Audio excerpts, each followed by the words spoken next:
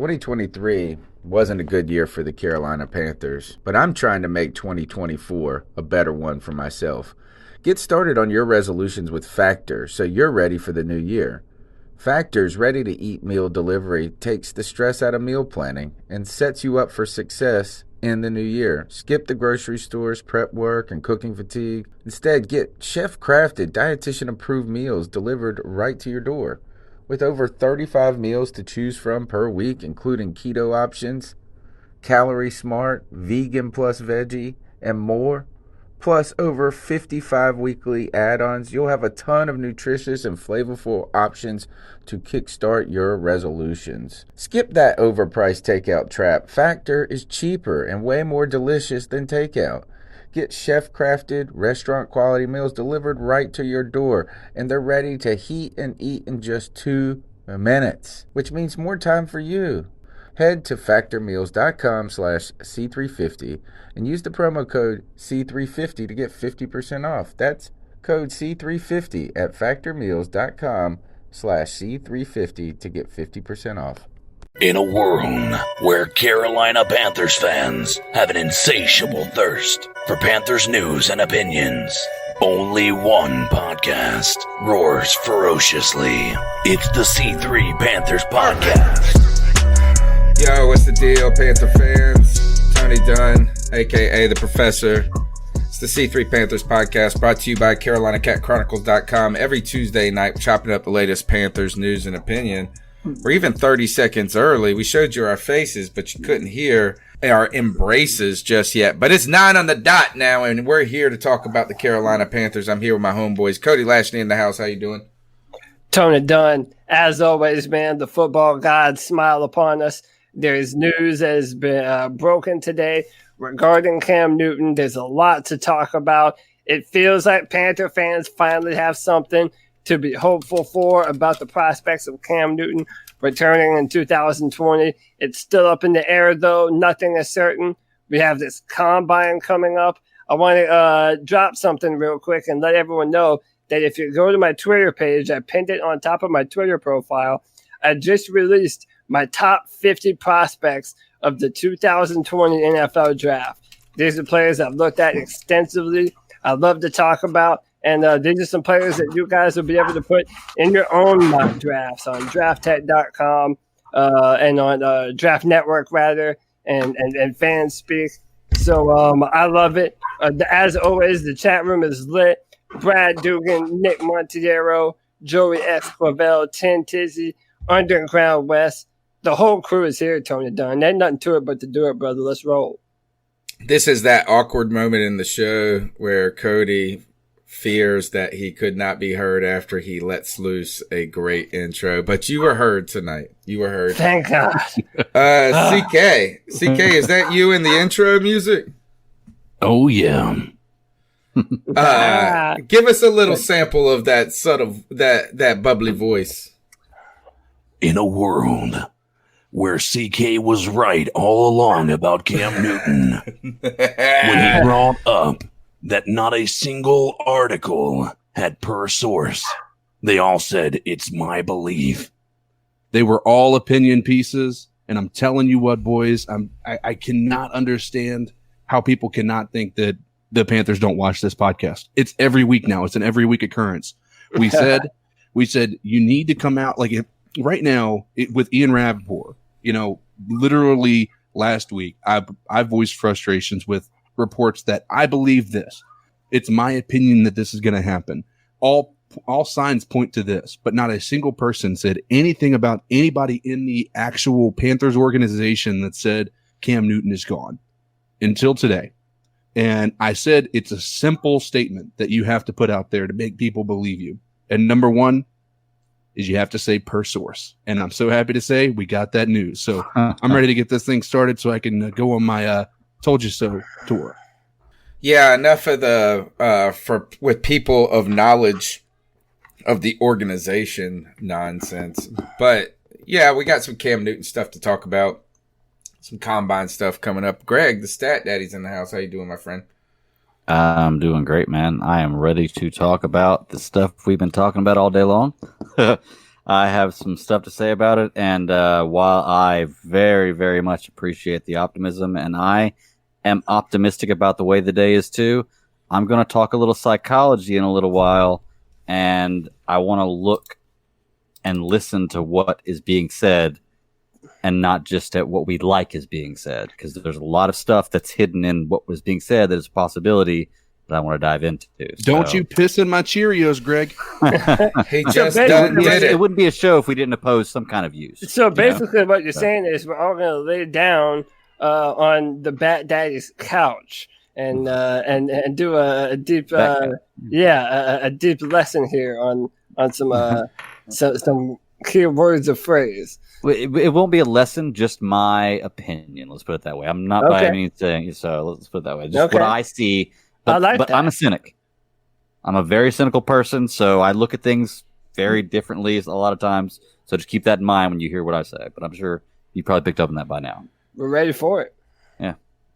I think, Greg, one of the cool things is when I tell you about nerd stuff. And today, I informed you of something. I just started watching Ragnarok.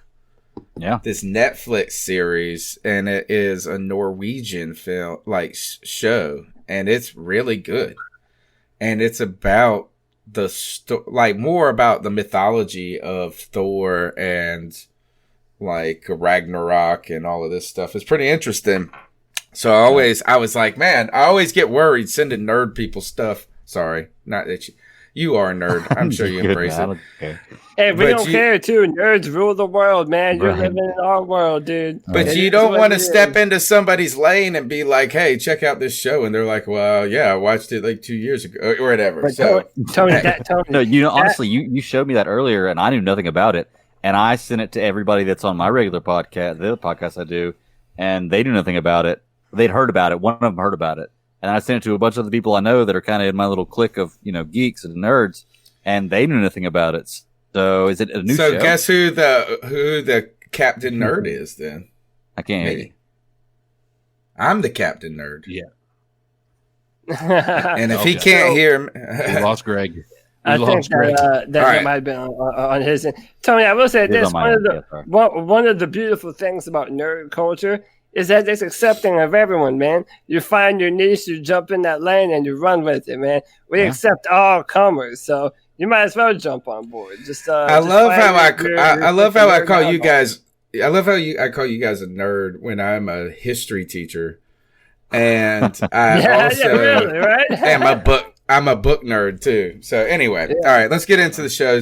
Tonight is episode Trace, right? I think this is episode 3 for the season. How many weeks since the Super Bowl? I think this is the third Tuesday. See, this is why I got to stop numbering these damn episodes. Cam is our man as tonight's episode. Go ahead and smash the thumbs up button. Subscribe to the show, or you can call into the Cat Calls line numbers 252-228-1598. Tree50, thank you for your donation. He says, you know why I'm here on TEP. Like, sub, and share the C3 podcast. That's right. Sub and share the C3 podcast. Thank you for your support. We are on TEP here. And I guess the news today ultimately was, or this morning, CK woke us up. CK, you sent us bright and early this message and tell us what news broke this morning. So I think if anybody has their Panthers notification for their NFL app, you got the notification come across the bar that said Panthers to keep Cam Newton. That I guess bar, that notification can mean a lot, right? It's clickbait a lot of times. So you kind of click it with hesitation because for the past 3 to 6 months, we've been told Cam Newton's leaving the Panthers. And all of a sudden now there's something different. You're expecting it to be an opinion piece. And as I'm reading through a very short article, which is really somebody writing about somebody else saying something, which is kind of interesting.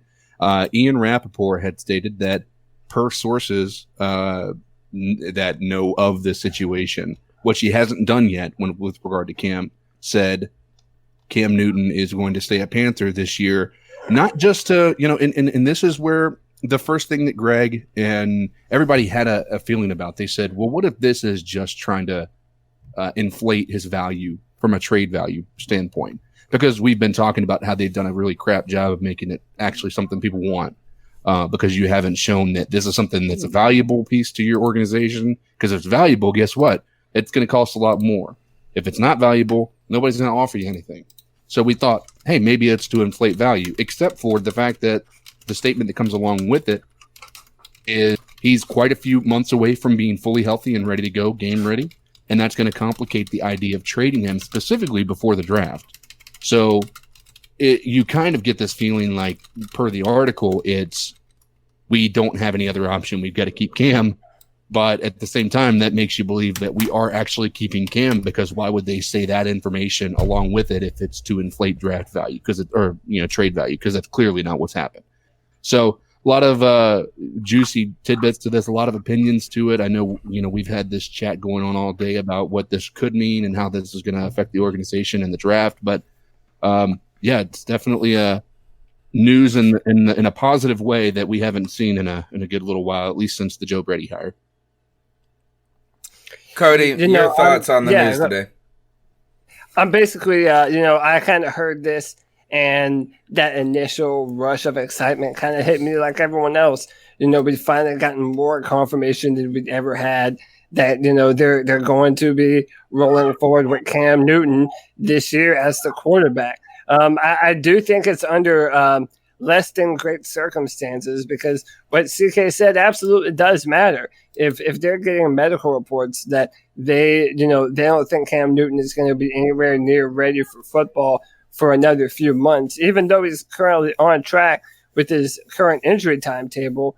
I mean, really what you're saying is they don't even trust that Cam Newton is going to be a valuable trade asset for them down the road. So that is a good thing, because no matter what you feel about the matter, it is another step in the process of Cam Newton being the starting quarterback for the Carolina Panthers next year.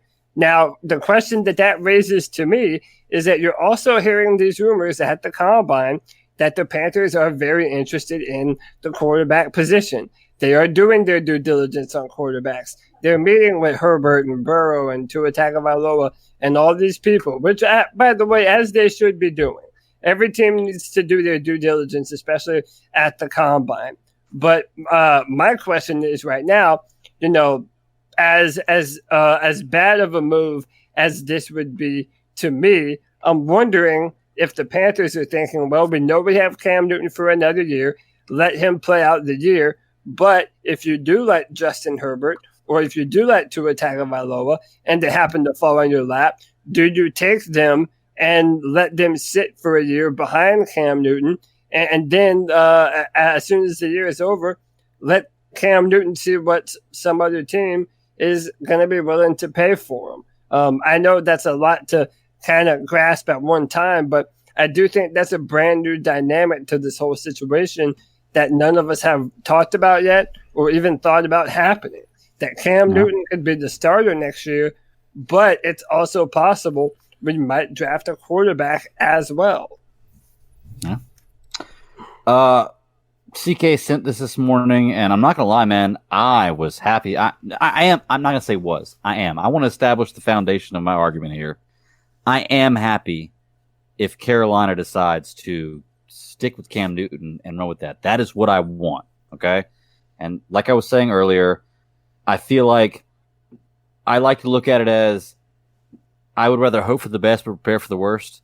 So if I'm going to be wrong about the Cam Newton situation, the worst thing about me being wrong is I get Cam Newton as a quarterback. Whereas if I'm right about the Cam Newton situation, then, I'm prepared for it because I've been preparing myself for it. So that's kind of the mindset that I'm in with it. But my stance is I want Cam Newton as a quarterback. I want him to be, on this team next year. I want number one. I don't want to have to retire another damn jersey. Like, it's so irritating, but it's too tough. It's too tough. Exactly. I've done too many. Yeah. But Cam Newton, this whole argument about whether Cam Newton is going to be the quarterback or not is really relevant to everything that we're hearing. And I try to look at everything that I can from a lot of different points of view. I have a really hard time putting my faith into one thought or process because I try to look at everything. And there's just a lot of things that came out with the Matt Rule speech, because when I heard the Matt Rule speech, I loved it. I watched it 3 times. I wrote notes on it. I have all kinds of stuff. And then just the article coming out afterwards about about the Panthers wanting to move forward. I think it was Matt Johnson. The Panthers wanting to move forward and push for the number 1 pick. Oh, that Benjamin Albright thing. I think it was Benjamin. I think his name is Benjamin Albright. That said that he put out a story yesterday saying that the Panthers could push for the number 1 pick. Is that what you're saying? Yeah, that's what I'm talking about.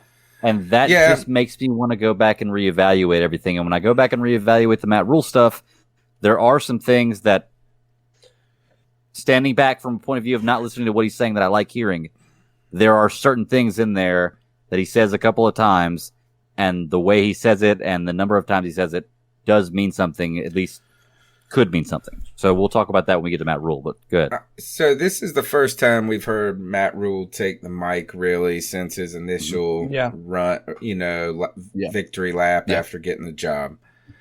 And this is also the first time where the Carolina Panthers have made the correct statement about Cam Newton going forward. Right? Here is the thing, is for the last, look, I have said this, and I think I have actually been unrelenting throughout the last couple of months. It's saying it just doesn't make sense for the Panthers to part ways with Cam unnecessarily. Right? Now, that doesn't mean this. That doesn't mean if somebody calls you up and says, will you do this crazy-ass deal, that you won't think about it. I'm not saying that, but look, it just doesn't really make sense for Carolina to go from 7-1 and have Cam on a $20 million year. It just seems like it would cost too much when you've got an MVP there. On top of that, releasing Cam Newton, we've talked about this for months, didn't make any sense either. And arguably trading him didn't make a ton of sense, because look at the language that is all of a sudden being used now. And we all knew this. Everyone knew this, because while they say 6 to 8 weeks for recovery for that Liz Frank, that's just for getting out of the boot. That is not for going and playing football. Everything I've heard since the very beginning, when we heard this could be a Liz Frank injury, was a year recovery ultimately, and so he's not going to be ready until late in the summer at the very minimum. You even heard the word September out of Matt Rule's mouth today. So even trading him didn't make a ton of sense, even though there was this almost spurious now. All right. So I think I've been pretty on the line there, or holding the fort down, that's the right thing to do with Cam, whether you think he's going to be the quarterback after 2020 or not. So all of that came to truth and fruition. I feel validated. But also, what do you guys think now about the report from Jordan Rodriguez that we read last week? After the language that Matt Rule used today about how cautious and deliberately cautious they're going to be with Cam Newton, do you really think he's ready for on-field workouts with other teams in March 2nd, like was reported last week? Again, everything with Cam Newton it's a big question mark, and that's what's so frustrating. So no, we don't know that he would be ready. But that was Jordan Rodriguez, and I'm starting to think. Team. I think that what was that kind of. I don't. That sounds ridiculous now after the way the team was talking about him today. Well, listen, all I can glean from it is this. Obviously someone felt confident enough to put this out there. So they feel like they're going to, whether they heard the fan backlash or whether they finally came around to the idea that you don't want to completely give up on the narrative that Cam Newton is going to be your starter for the next season, because you want there to be real trade value for him. The ultimate question about Cam is his health. And what remained true then remains true now. We have no idea what condition he's ultimately in. And it remained true a month ago. This should have been the company line all along. But this is what I really did like about Matt Rule in his press conference today. Everything he said made logical sense. And I even know that Greg on Twitter was even giving this press conference some love.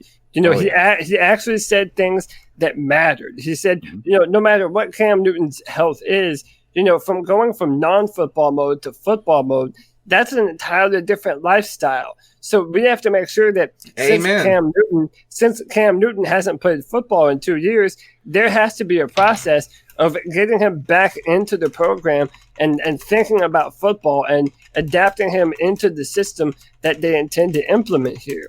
And I really love that, because if we're going to pay Matt Rule all this money and reset the head coaching market, everything Matt Rule said sounds like he had a concise idea and he has a real plan that he's trying to implement here in Carolina, a real process of going about doing things. He even talked about the types of players that he wants to draft and how a lot of players don't really have a true home anymore. Tackles are playing guard and vice versa. You look at guys like I worry about that in the NFL, though. I worry about that in the NFL. What I think is that it represents a changing of the guard and the way things are done. A lot of the college concepts for a long time have been frowned upon in the NFL, but now you see them all starting to be adopted slowly and surely. What that says to me is that Matt Rule is a guy who, if I'm a betting man, is probably ahead of the curve on a lot of these trends. And he even said himself, it was his decision to go out and hire Joe Brady. So he was emphatic about that today, too. So that says he didn't just let that go off to the wayside, Cody. Right. He made sure to say for it too. Yeah. Mm-hmm. He deserves the credit for it. When you look at how the NFL is such a passing league right now, Joe Brady and his offense just put up one of the most historic offenses in college football history. Matt Rule is able to put his thumb to the wind and see which way the wind's blowing. And that really bodes well for the kind of leadership that we now have as the CEO of our football operation. All right, let's go to this. Let's pan over. I got the clip from Matt Rule talking about Cam Newton. Let's see how this works. Oh yeah, I absolutely want Cam here. There's no doubt about that. I just, again, I'm going to be very methodical about the way I do things. Right, it makes me kind of boring sometimes. I get it, but at the end of the day, it's all about what's next for us, and that's just we have to make sure we continue to get him healthy, and he's doing a great job of that. I want to make sure I say that he's going above and beyond in that regard. So, when healthy, I think there's no doubt about who he is and what he can do. So we just have to get him there. All right, so that's Matt Rule right there talking about Cam Newton. And I know that the audio was cut off early on. He said, I absolutely want Cam Newton. Brad Dugan says this, I love how Matt Rule presser today. I love the Matt Rule presser today, and I liked how he answered the Cam questions first and got out of the way. Yeah. Yes. He does, and that's almost today was what we wanted to probably, if they could have just trotted Matt Rule out 3 weeks ago now to say this very same thing, it would have dispelled 100%. So much shit. And I don't know It's almost like the motivational speaker should be the voice of the Carolina Panthers. How about that? Who would have what it did, I did have a moment of worry when he came out here and was so good today and putting out these fires, is that we watched Ron Rivera have to go out and put out fire after fire after fire with this organization. Do you remember when they relentlessly trudged him out there when Greg Hardy was in trouble, when they they trotted him out there? Dave Gettleman, he was nowhere to be seen. Our owner, nowhere to be seen. Ron Rivera, that's one thing you got to give Ron Rivera credit for, is he was the mouthpiece under those guys so much. And I just had that moment where I was like, gosh, we actually do want Rule being the mouthpiece. Yeah. I mean, he's great at his job. Let me ask all of you a question real quick. At any time in the Panthers' history when Ron Rivera had to give concise answers and let the fans know what was happening, did anyone ever come away from a Ron Rivera press conference as filled in and informed as they did from this one Matt Rule press conference. Like, I can't remember Ron Rivera ever giving me that much great information about the insight of what we're doing. I don't know. I think Ron was pretty good in some cases. I felt like he was always pretty good at the combine.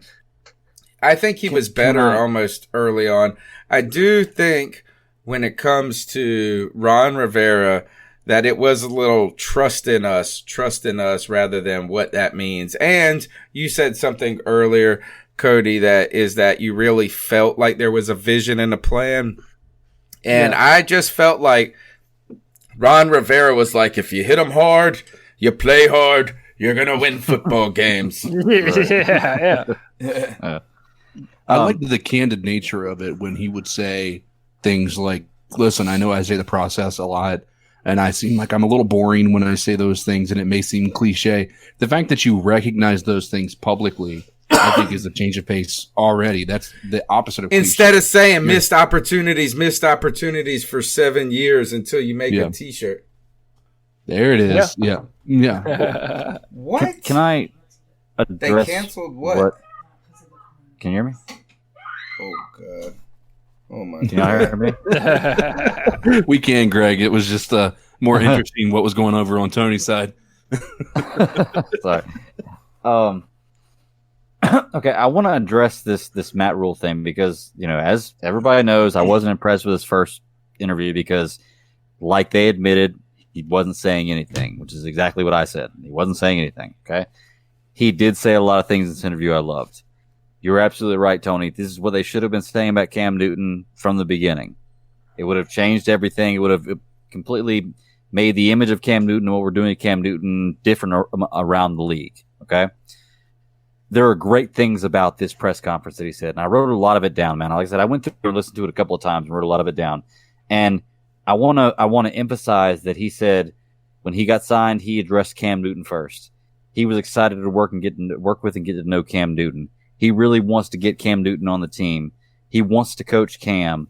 I want Cam here. These are all quotes that he said in this article. So he said it multiple times that he wants Cam. Okay? So we'll put that on the back burner. All right? There are other things he said that I liked a lot too. He did say that he wants to have a competition-based team. So he's not going to be like Ron Rivera, where Ron Rivera just plays the guy he wants no matter what. He's going to allow competition, which is going to hopefully let the cream of the crop, be the ones who we play with. Right. He praised the running back room and said that they're going to attempt to have multiple running backs on the field at times and start to utilize that. And I love that. They've revamped the training room and the equipment, which is great because I've always thought the training for the Carolina Panthers and training and conditioning was the worst part of the Panthers, which is why we're always injured so much. And, Cam Newton, Greg Olsen, players like that just always stay injured. Like, I think our training staff is not a good staff. But I want to go back to him praising Cam Newton so much. Like, I look at these things psychologically, and you could look at it as overcompensating. And when you're overcompensating something, you're overcompensating it because you don't believe in what you're actually saying or you're lying about something. Okay? I'm not saying he is. I'm just putting it out there. Okay? He said those a number of times. The other things he said one time real quick, just to slip a little fib in, or slip a little truth in there, that way he can tell you, I wasn't lying, I said this, was we're always willing to make moves to improve the team. Okay? Whenever he was talking about Cam Newton, he never said anything definitively. I want to. I really want this. I really want that. However, when he had other stuff he was talking about definitively, Joe Brady was my hire. I'm going to make this team a competitive-based team. Then he went to the draft and he said, hopefully we'll make the right picks. No, we will make the right picks.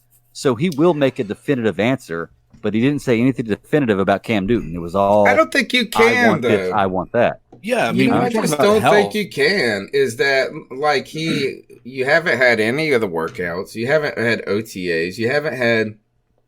It's almost going to be this. That's why he threw the word September out there. Is because really this call is probably going to come down to maybe the last 2 weeks of training camp, and what they see out of Cam Newton around that preseason football time.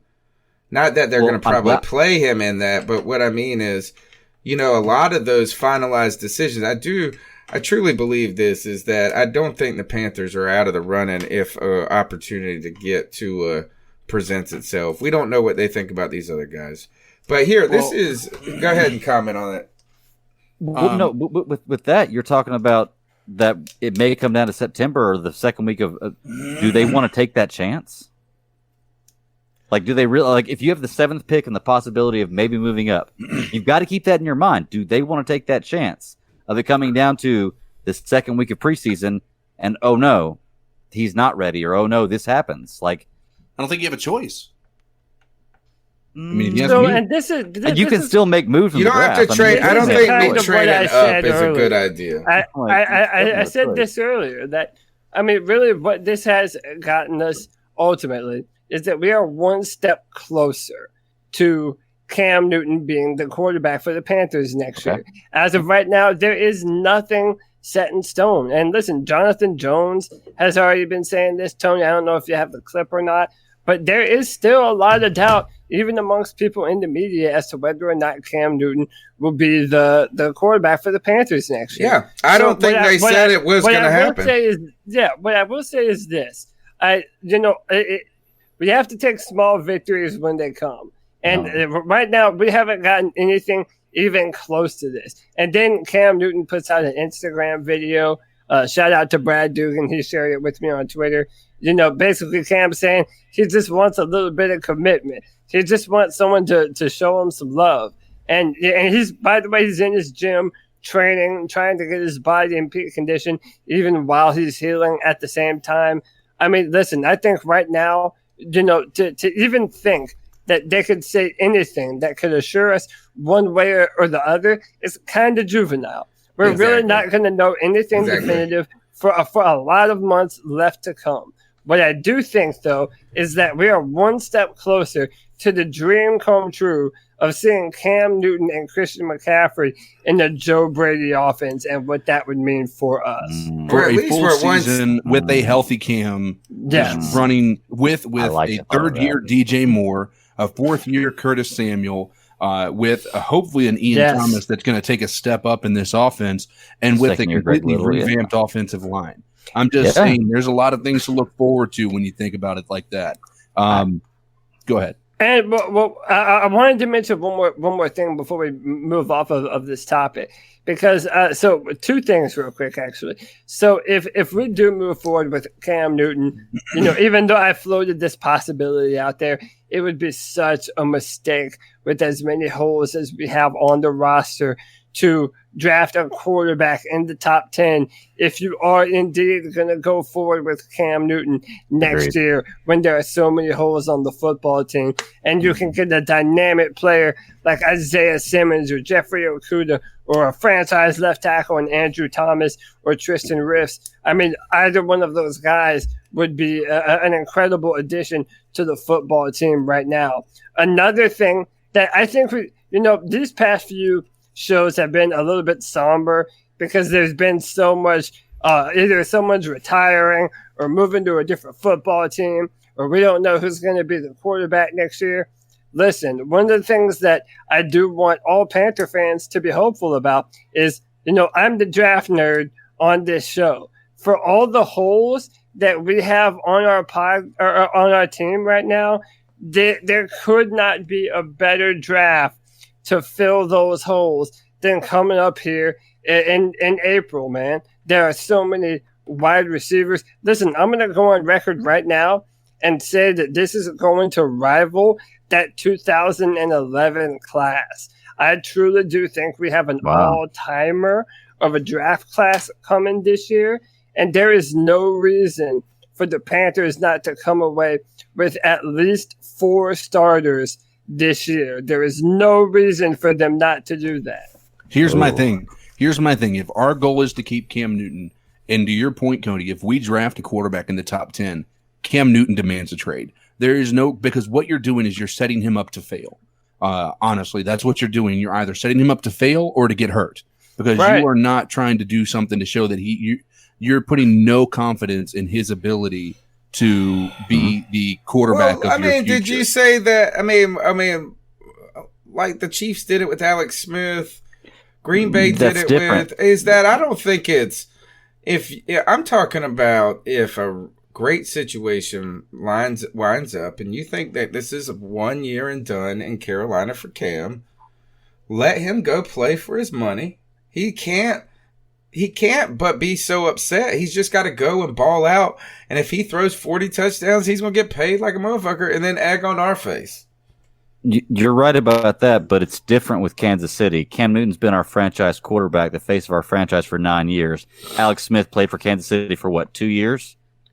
Before they drafted? He was there a while, but they knew they were moving on. They were going to move on. His age, he was much older than Cam. I think even drafting Will Greer last year, you could have been saying that. If you would have made that argument, then last year we could have used a 3rd round pick to do something better for Cam. And this I do want to go to the Jay Jones telling us what the news today meant, and then let's get into the catcalls. Before joining us was really into the Carolina scene, so tell us more about what we know here with Cam Newton and the team. Well, what we know in the news that's out there is the news that has been out there for a while, and that is that Cam Newton is not healthy right now to play a football game. And because he is not healthy enough to play a football game, he is not healthy enough to be cut, and he is not healthy enough to be traded. And thus, because he's under contract for the Carolina Panthers, he's a quarterback for the Carolina Panthers. That's the news of today, apparently. And so, listen, the Panthers do not yet know if he's going to be their Week 1 starter in 2020. That has been clear for a very long time, for several months. That's why I continue to report that it is unclear what the Carolina Panthers are going to do at quarterback starting in Actually, you have reported that he would sit out and that he would be traded. Cam is our guy. Well, he's your guy until he's not, and we all understand that. And so when you talk about Cam, it's all about the foot right now. And until we know what's going on with his foot, until he comes back healthy, that's still going to be a question. This doesn't put anything to bed. Even in the breaking news. It doesn't put anything to bed, but I love how everybody they said this the whole time, and maybe we're like that too on this show. Are, and I was thinking about that too, everything, like, we'll speculate, we'll do everything, but let's be honest. I mean, we're not broadcasting to millions of people and swaying opinions about how things should work and whatnot. These guys are actually changing the opinions of people and actually making an impact on the way that the public views not only Cam Newton but the Panthers. And so that's where I think that this gets to be dangerous and irresponsible when you start speculating on, what's going to happen. Once again, with Jonathan Jones or, Jay Jones, he's not saying anything that we don't already know, right? He's not providing us a source that's saying that, we still don't know what's going to happen, right? He's just basically repeating everything we already know. Matt Rule said, well, and he said what Cody said earlier. Yeah. And kind of what we've all been saying is that the news today was actually just the right news for the first time. And that is that, hey, right now Cam is part of this team and we look forward to going forward with him. And that's what Jonathan Jones said until he's not. But I've heard Jonathan Jones, I heard him on the Riot Report podcast, one of those podcasts that with him right when and I don't know if it was when what news broke at that point. Maybe it was just the initial Ian Rappaport trade rumor stuff. And he said, I can't see Cam Newton playing a final season of his deal. Like, why would he? And he was very strong in saying that just Cam would sit out. And so these guys, man, everybody, we're all like that. And every week when it comes to that Cam Newton, we lick our fingers, stick it up in the air, and see which way the wind's blowing. Guys, I do. Any other thoughts on Cam Newton and the news today? Jarris Wright did get released today, and technically his contract expired. Oh, right, not released. Yeah, is that they decided not to pick his option up? Is I think what it was. And so Jarris Wright, thank you for your time. Norv Turner's boy was great 2 years ago. Tough season last year, but like Cody says every week when we talk about the last year's team, is that who was good last year. Yeah. Rather than, so. CK, slide your chair 6 inches to your left, and then you'll be full frame. Boom. All right. Yeah. All right. So, guys, any other things before we go on to the catcalls? And then we'll get into the draft and some stuff like that. I think we're good. All right, because I know they're going to want to talk about Cam, so we can just keep talking and see what these guys. So, what are your thoughts on catcalling? Yeah, it's pretty. You shouldn't do that to somebody. And how did that make you feel? Very uncomfortable. So, how do you think catcalling makes the person feel? It feels good, like. Who's that cat sitting in the back corner with his face buried in his nose? Who's that kid that can use one?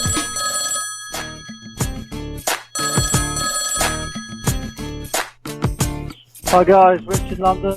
It's been a few weeks. Getting very annoyed with all the Cam Newton malarkey. What's up, Rich? Now looks like he's back. Feeling better, dude. Just a little bit before rules conference today, but Rappaport has now decided, rather than being traded, that he's back.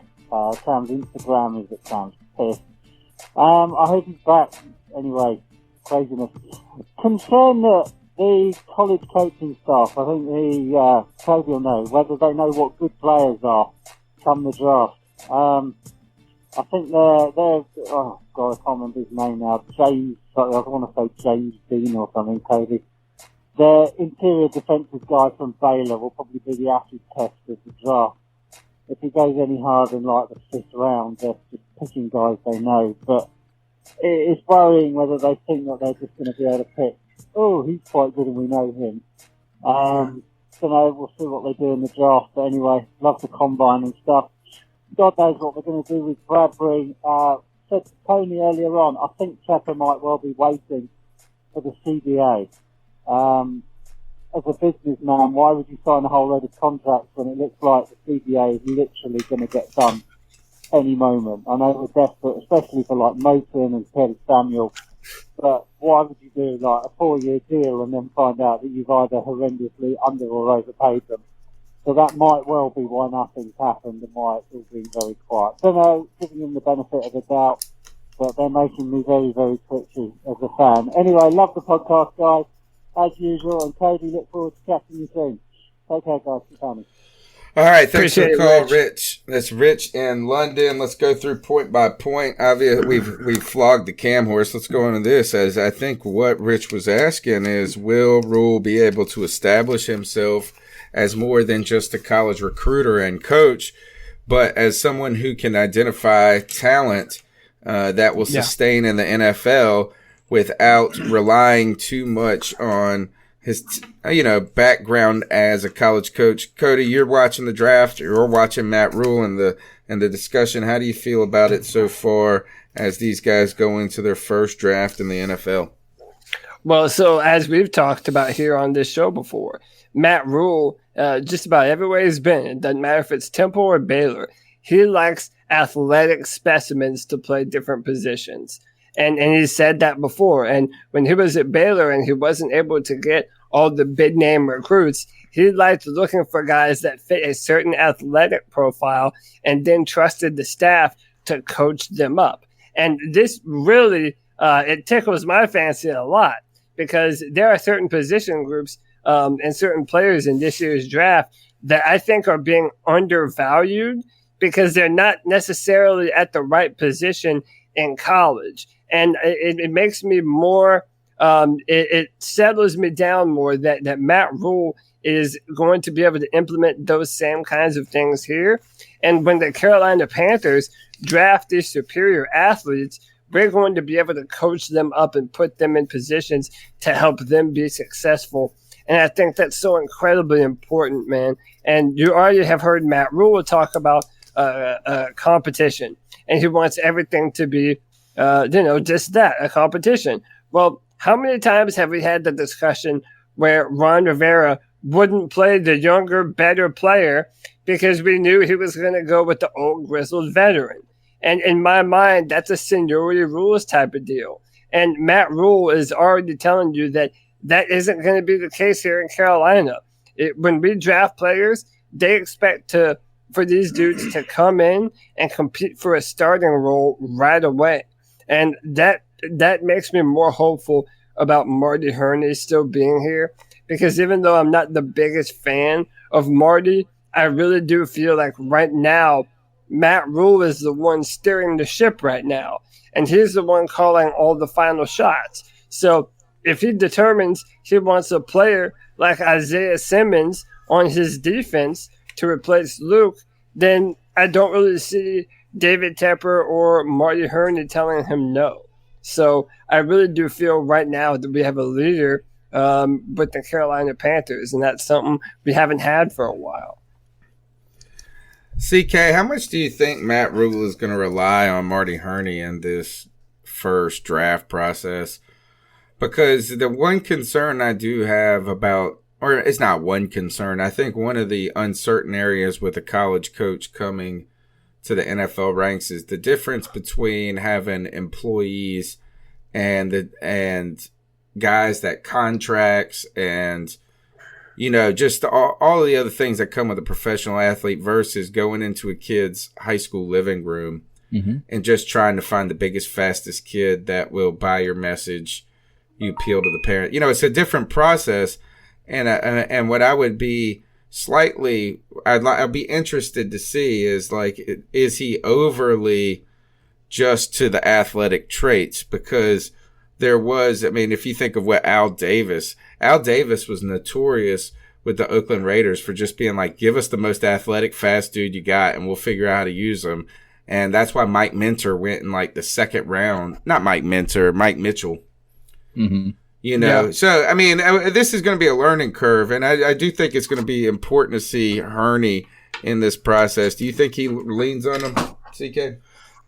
I think being in a new organization, in a position you've never been in, I think you would be foolish to not lean on the knowledge that Marty Herney is able to, provide him. The part of this that I think we all forget is Marty Herney isn't strapped or isn't tied by the leash by, Jerry Richardson or Ron Rivera. We know Ron Rivera did not want, I'm not going to say he didn't want to have players that were going to take over a vet spot, but he wasn't actually drafting people to take over spots from veterans. He was trying to make this whole thing about developing, and that's what we've seen over the past few years is the draft picks he does have been riding the bench, and that's where I think now Matt Rule being a part of this, telling him what he wants. Yes, I think that Matt Rule is going to value athleticism more than I think you're probably going to be comfortable with.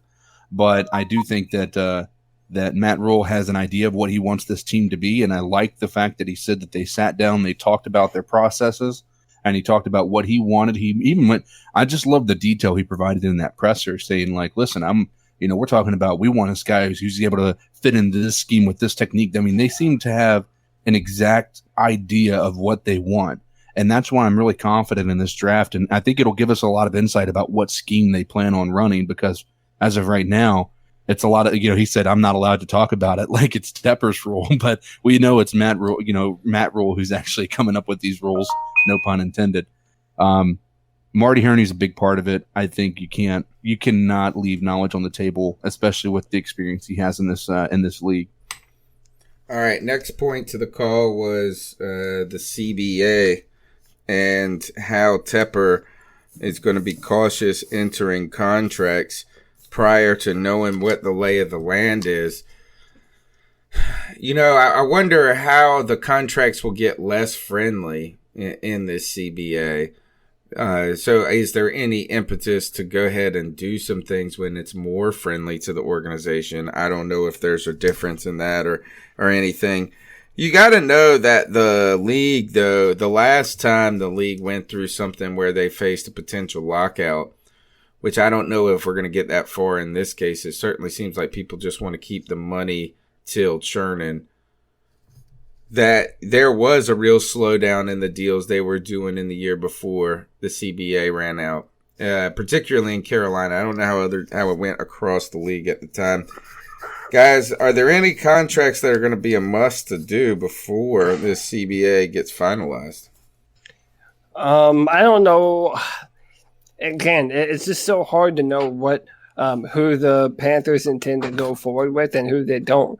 Because again, even if you don't have the best player at every position, you have to have someone penciled in for every position before you go into the draft, or you're going to draft hungry. So again, I know this might not be very popular, but I'm a proponent of running back a similar defensive line to last year.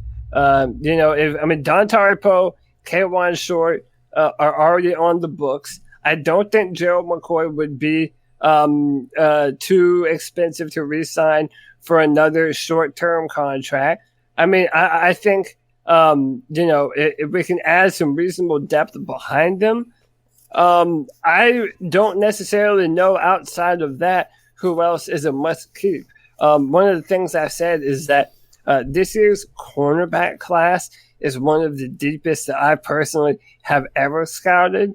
I can think of 5 players alone right now just based on watching, 4 or more games of film that I would rather have over James Bradbury. And that's being honest. I think there are guys that have a higher ceiling than him that could be had in this draft. So I really don't know that we have any one contract that is absolutely necessary to do before the CBA, unless you want to say maybe Christian McCaffrey. But again, we really don't even know if we want to pay him right now or continue with him under the current contract that he has. I don't think there's a single one that is necessary to do. If Cam's isn't necessary to do, if C-Max isn't necessary to do, the only thing would be restructuring guys to get less money on the books. That's the only thing, not extending Muggs out. Yeah, that's the tough part is, when you look at the fact that we are number 1 in dead cap space, thanks heavily to, Khalil and, Olsen now obviously has a little bit of a hit on that. That's tough, but that also means that we have a lot to look forward to next year. I think we'll have a little bit more room to be able to play around with. And I think the CBA will allow for a lot of that to change for us as well. We'll have to take a look at that when that comes out to see how that impacts the landscape. But the Gerald McCoy thing is interesting because he's actually expressed some interest in going back to the Bucs. Wow. Okay. I haven't heard that. We'll get back to that in just a second. The number's 252-228-5098. Let's continue through with the catcalls. Hey, Panthers fans over there. This is Anthony Rochelle. I just saw, it shows right here 3 days ago that Gerald McCoy could be moving on from the Panthers. And then I'm seeing right here 5 days later, Gerald McCoy, I'm always going to feel like I'm a Buccaneer. I'm trying to figure it out. I guess he may not be happy of being on our team. I don't know if he's going to re-sign with us, but he's really good, talented. But if he's not happy to be on the Panthers, then what do you guys think? Let me know. I am kind of disappointed if he does leave, but what a perfect. Thanks for the call. Thanks for the call, Anthony. What perfect timing for that call. What do you make it? You brought it up, CK. What do you make of it? Is because I think it would be difficult for him to. I'm not saying reunite with the Tampa in a kind of symbolic way, but in a meaningful way with Arians and the way he just kept flogging it. I just feel like they'll just rather retire him as a Buck, but not make him one to play. Yeah, I'm not sure, and I'm not sure what the writing on the wall really states. Basically, McCoy said this on a podcast for Tampa, and it wasn't I'm going to be a Buck. It was basically saying I'm always going to feel like a Buck, and I can wear whatever jersey I want because I'm technically a free agent. And he said it would be a storybook ending to play, Super Bowl 55 as a Buccaneer. So, there's a lot of writing on the wall that he's created now that makes you believe that is the end result for him. It's interesting because it is, I don't want to say bad blood, But he said there's no hard feelings. But I don't see how as an organization you would be able to go back to that, because not that quickly. That's too soon. One season, right? You soon. basically just said he's not explosive, and you expect after one season of decent play. It wasn't explosive play or anything like that, but he held his own, and he's a leader. And I think that's probably the biggest impact that he would have on that Bucs team, is that he would be a leader. But I also think that that's a not necessarily a great thing when you look at their defense. I think they need to establish the young players to be leaders. So I don't really see how that actually is going to come to fruition. Just as retired jersey, and that's it. All right, the number is 252-228-5098. Next call. Yo, what's up, C3? This is Nova Black.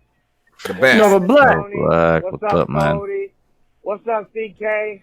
What's up, Bad Daddy? What's up, guys? What's up, everybody? My man. The news just came out. We finally got some sources say that Panthers, the Panthers decided they was going to move forward with Cam. Whoop-de-doo. Everybody got what they wanted, but Matt Rule came to the podium today. I like what I heard from the guy. I was already thinking if they keep Cam, what should they do? Well, I don't care who you put in that damn system. If they can't protect him, it's gonna be another quarterback system, the same shit that we went through the last 2 years. So, my man Rule says on the defense, they want multiplicity, so guys like Christian Miller and Brian Burns and what's my man name? Isaiah Simmons. That guy was fit right in, right? Right. Positionless players is what he said. Building from the trenches, man. Protect the quarterback, rush the quarterback. And my personal opinion, I would start there. But who knows? Matt Rule talked about how him and Marty and the scouts and all are on the same page and whatnot. Well, everybody know it ain't no secret. Marty has been A1 in the first round. He's picked legit guys. So, that being said, I'm excited for the draft. I'm excited for the Panthers moving forward. I'm excited to see Cam Newton healthy coming in this offense. I'm quite sure Cam will have a lot to do with some of the players, because I remember back during one of the coach interviews with what's my man name, Mike Shula or whatnot, he talked about how Cam put his own inputs in on the plays and stuff like that, especially at the goal line. This seems like it's going to be a fun season. I'm not saying we're going to come out and go 16-0 or nothing like that, but I'm not going to have my expectations high, but I'm going to be excited to see what the Panthers come out with on offense and defense. And like I said once before, with the NFL changing to to this new college style offense, who's better to combat that than somebody who's been successful against college defenses and the best offensive coordinator in college, So keep pounding, guys. Let's go. What are y'all thoughts on it? I'll be tuning in tonight, hopefully, if I'm not asleep. I think that your call is always fire. That's what I think, Nova. Of course, it always is. It always is. And listen, he hits the nail on the head. And I've said this before. I mean, if you are going to continue forward with Cam Newton as the quarterback, you have to fix the offensive line. I mean, listen, Joe Brady and Joe Burrow, one of the things that benefited them the most was having an award-winning LSU offensive line in front of them and a quarterback that knew how to navigate once the pocket broke down. Well, all of those boxes need to be checked here in Carolina before any quarterback starts throwing those kind of touchdown numbers. This is why I've been such a big proponent in the recent years of our build the wall mentality. You have to build a wall around Cam Newton. And, especially in a draft such as this is the best. I sound like a broken record at this point, but this is the best draft in years for so many different positions. And that goes for offensive tackle as well. I have Tristan Wirfs, Andrew Thomas, and Jedrick Wills all ranked higher than the previous number one ranked offensive tackle of the past few years. Yeah. I mean, that's the kind of talent that we're talking about in this year's draft. How dare the Carolina Panthers choose not to bolster this offensive line when they have such a good opportunity to do so in front of them, not just in the first round, but in the second and third as well. Yeah, I want to make a logical point to that as well. So good, because I'll follow with that illogical point. Yeah, I think the fear is that if we keep Cam, well, what if he gets hurt and we suck next year, right? Well, let's say we go ahead and trade up, get rid of a lot of our picks this year. We don't build an offensive line, but we go and get a quarterback like Tua, okay? Without an offensive line, we're still going to suck. How are you going to trade up and get Tua? That's what I'm saying. I mean, you would have to give the farm, right? So that's my point is you're going to have very little impact. You're going to have very little ability to build your offensive line if you do trade up. Because, I mean, you're not getting a good quarterback that's going to be your franchise quarterback unless you do trade up. I mean, there's a risk involved. I mean, there are people out there that have the potential to be a franchise quarterback, but there is nobody, and I'm not saying anybody in the top 10 is going to be a franchise quarterback guaranteed, right. But I think you have a better shot with those guys. But my point is we can go ahead, pay the farm, get one of these quarterbacks, and then not have an offensive line and do exactly to that person what we've done to Cam Newton for the past 8 years. Or we keep Cam. If Cam gets hurt, guess what? We still suck. But we have an offensive line for the next person that we want in line. Right? All right, I got a question about that because I think you're right. And I think really is that in any other year or any other moment, if you would have tuned into this podcast other than the stupid way the Carolina Panthers have handled the Cam Newton thing, we would just be saying, draft that guy from Georgia.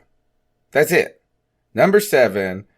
Nobody else wants a left tackle in the league. And everybody says he's like the best damn thing since sliced bread. Cody, is he better than Taylor Lewan? Is he better than... Who was the guy that fell for taking the bong hit mask? Tunsil? Yeah. Is he better than those two guys? Quentin I say yes. I do say yes. And a lot of people are probably... there was a lot of hype around Laremy Tunsil coming out. He was like a top 3 pick originally. Listen, I really don't understand it for the life of me. Andrew Thomas, according to certain talent evaluators, is dropping on certain people's boards. I cannot understand why.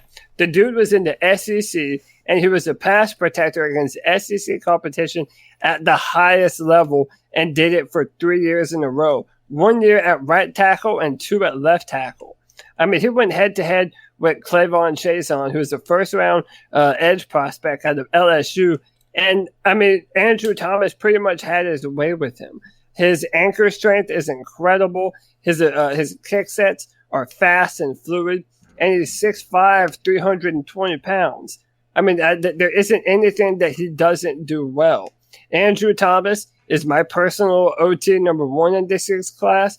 I have no problem if anyone else thinks different, because that's how good Jedrick Wills and Tristan Wirfs are. But as of right now, if Andrew Thomas was drafted by the Carolina Panthers, we would have never had a left tackle prospect on the offensive line ever in the history of the Panthers quite like Andrew Thomas. Yeah. I agree with you 100% on that, man. I think that would be a fantastic solution for Carolina number 7 if he's there. I do want to put one more option out there, though, because Nova Black was talking about, he said offensive line and rush the passer, working those two things. And I know that, what's his name today? Matt Rule was talking about he's looking for players that are positionless. So you've already got a Brian Burns. You've already got a Shaq Thompson that can move around and play a lot of players. So a guy like Simmons fits right into what he's talking about for that. And that really solidifies the defense, I think. So, I mean, I don't know if either one of those guys will be available at 7, but I think that you can't go wrong with either one of those guys. I mean, whether you pick the left tackle or you pick the linebacker that can play, 6 different positions, I don't think you go wrong with either one of those guys. Who is the priority, Cody? Who is the priority? What do you mean? So you can make the choice to go defense, or you can make the choice to go offensive line. You can go. And I think that's a tackle, legitimate question because you're going to Brown have your choice of the pick of the litter at that point. Yeah, I mean, you are going to have your choice, and it's going to be a pick of the litter type thing. But I mean, it's honestly, and you're not going to like this answer, none of you will. But it's impossible to know right now. God. And you can't answer this until after free agency. We're going to have to make some moves in free agency. We're going to have to fill out some holes on the roster. Once we do that, so for example, let's say we do what I'm talking about, and we ended up re-signing or keeping the 3rd year on Dontari Poe, and let's say we brought back Gerald McCoy. Well, then, no, I'm not really necessarily in a rush to reach out for a Derek Brown or even a Javon Kinlaw if I know I have those guys coming back, and I know I might be able to get a Neville Gallimore or a Ross Blacklock in the 2nd round. So it all depends on what happens in free agency. I mean, right now, I have a number of dream picks. Isaiah Simmons replacing Luke Kuechly for the next decade. Come on, dude. Sign me up for that. Inject that shit into my veins, dude. Jeffrey Okudah replacing James Bradbury. You would never hear another complaint from Brother Herbert ever again. I promise you that. If that's the case, man. So, yeah, there really is no answer. Well, to me, it sounds like this. As long as we don't reach for a QB, we're in good shape. Yeah, assuming we're not reaching for quarterback. Exactly, yeah. 100%. Right now, we're in a beautiful position to actually get a player that will drastically enhance what we want to do on the offense or defense. All right, so that's why I'm a fan of not trading down and staying where you're at and building your roster. A couple of good comments we got to get to in the comment section. Carl D, he says he's with me. He agrees the positionless player is scary. I do have a certain fear to this when it comes to the NFL. We have not really seen great success with tweeners in the NFL. We've seen guys kind of that have come in and be like undersized and that we think are going to bulk up and may not do it. We think of guys that look freakishly big or whatever when they were in college and they just look normal in the NFL. And I think of guys like, he recently was a wide receiver for the Cowboys. He's been all around the league with the Rams. He was with the Rams, Tavon Austin, right? Mm-hmm. That these guys that are great athletes and can do so many different things well, but don't do anything great. So there's a fear there for me, and so much we heard that with Shaq Thompson, you know. And look, and let's be honest, Shaq has been good, but he hasn't been great. And whether that's because of limited experience and playing time, well, I don't know what it is. But we're not all of a sudden saying Shaq is a guy that is going to dominate a football game. We're not really. And he's one of those dudes. Eric Reed, another one. We don't know where they belong. Brian Burns, maybe. And you see the coaching staff. So I think that kind of flies a little bit better in college. Because you're just like this, is that our safety can run faster than your wide receiver. So we're good. You know what I mean? You just speed and size wins. That argument only works for a bunch of old football coaches that have zero creativity and can't evolve. Well, I am not that old, sir. And I am not a football coach. Listen, that's why I got to push back on this. And I can actually even tell you a story about it related to Isaiah Simmons. Isaiah Simmons is from Kansas. He was a 3-star recruit. Kansas didn't offer him because they didn't know what his position was going to be. Clemson looked at him and said, "Oh, please give me that athletic bundle, and you damn sure we're going to find a way to use him." And if you have that mentality, you can put players in the best position to win. But that's a college mentality. No, dude. Again, I'm done with this. Oh, that's college. This is the NFL. The two of them are blending together more and more and more. When you look at all the RPOs and the run pass offenses, Lamar Jackson's offense, even a few years ago, no one ever thought that you would ever see something like that being run full time in the NFL. Look at the Arizona Cardinals. The times are changing in the NFL. And what I'm telling you is that we have the coaching staff that can actually capitalize on these types of players that may not have a home, but we can put them in the best positions to win and put them in favorable matchups.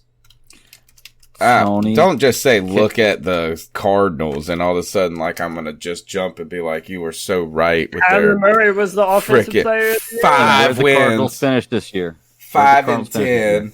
Is that on 5-10-1? Tony, I want you to know that whether you know it or not, you're secretly joining my side right now on the argument against why I didn't like Matt Rule as the hire, because you're arguing against a college, like a college style offense or a college player with a multiple position player coming into the NFL and not working, which was my argument about Matt Rule coming into the NFL and that thing not working. So I'm pulling you into this side, man. You're going to come to my side eventually. Carl D asked this. Carl D said, name a Hall of Fame positionless player. How about this? Brian Urlacher started as a safety before he ever moved to linebacker. So did Thomas Davis. Thomas Davis. Yeah, Thomas. This happens all the time. But again, you're all the time. You just gave me 2 examples that are like decades old. Listen, Shaq Thompson started as a different player. Can't use Shaq as a good example, but not in the pros.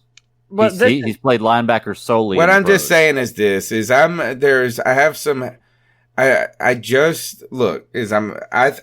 take the Nova Black route, and the Nova Black route is at this point, and that is instead of hyping on the negatives of what the potential pitfalls of Matt Rule or Joe Brady could be.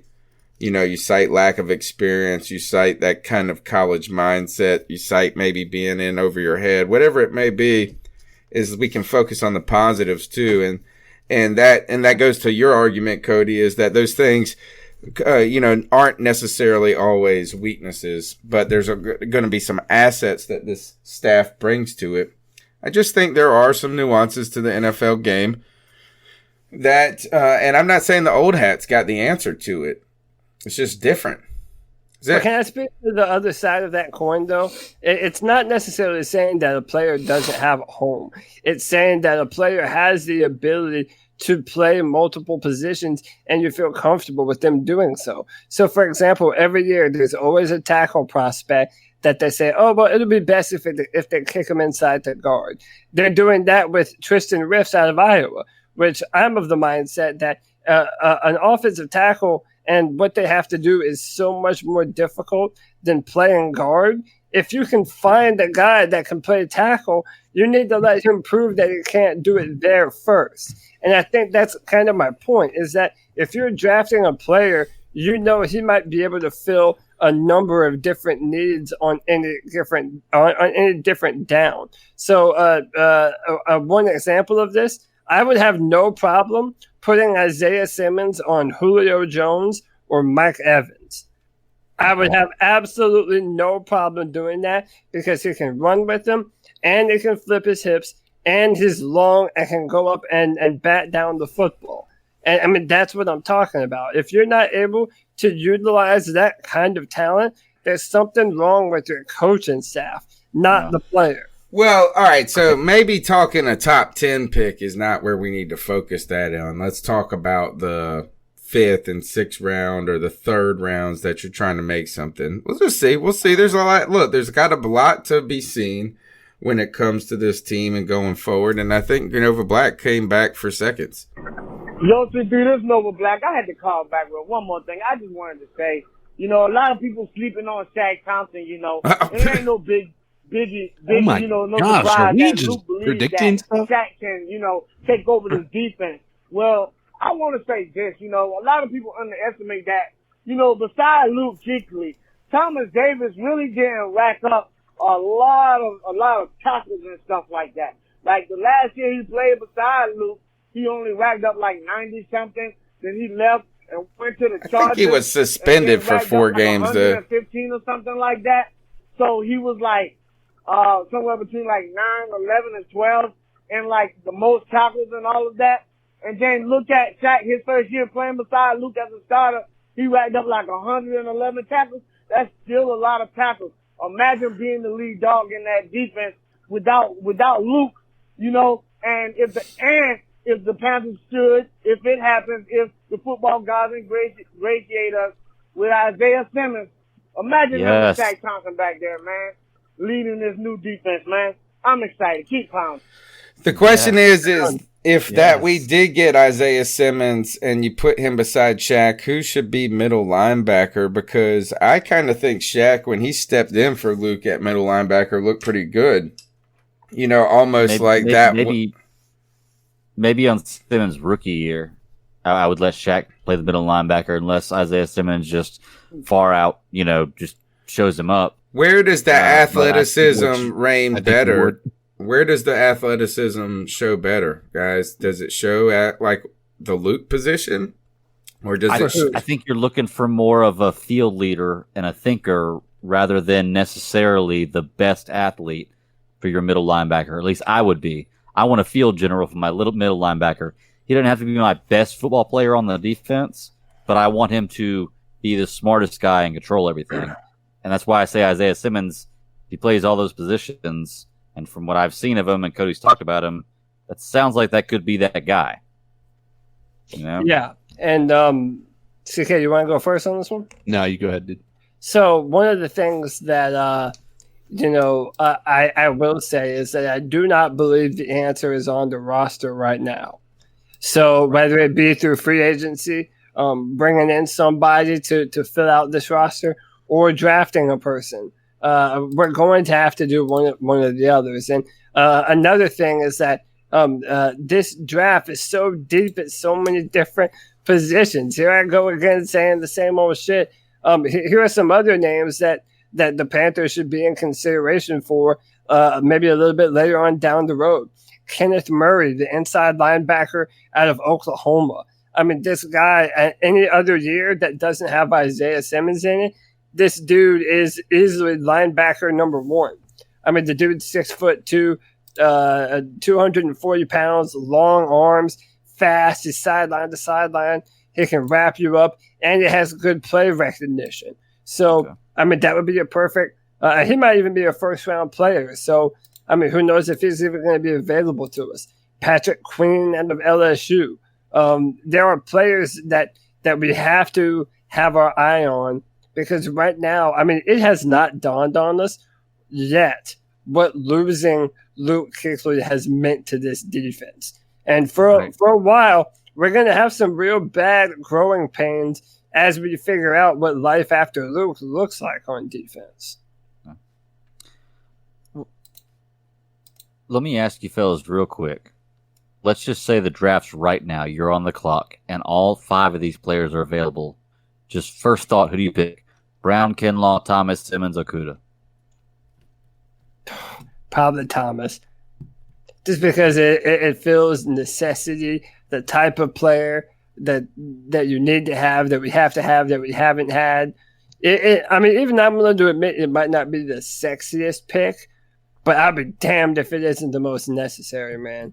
But, I mean, you really can't go wrong with almost any of those dudes. CK, what about you? Don't do it, CK. I got to go offensive line. Okay. I mean, Thomas. I'm not answering this question. Oh, why not? Cop out. Because I don't know. Is that like it? Just first I've seen this. Is I get so I want to be hype about the left tackle position. Like I think if you get this transcendent player there, like it's almost like adding a quarterback to your team. Yeah. And I don't know if other positions change your team. I think a linebacker changes you quickly. Like it's visually, you see it real quick.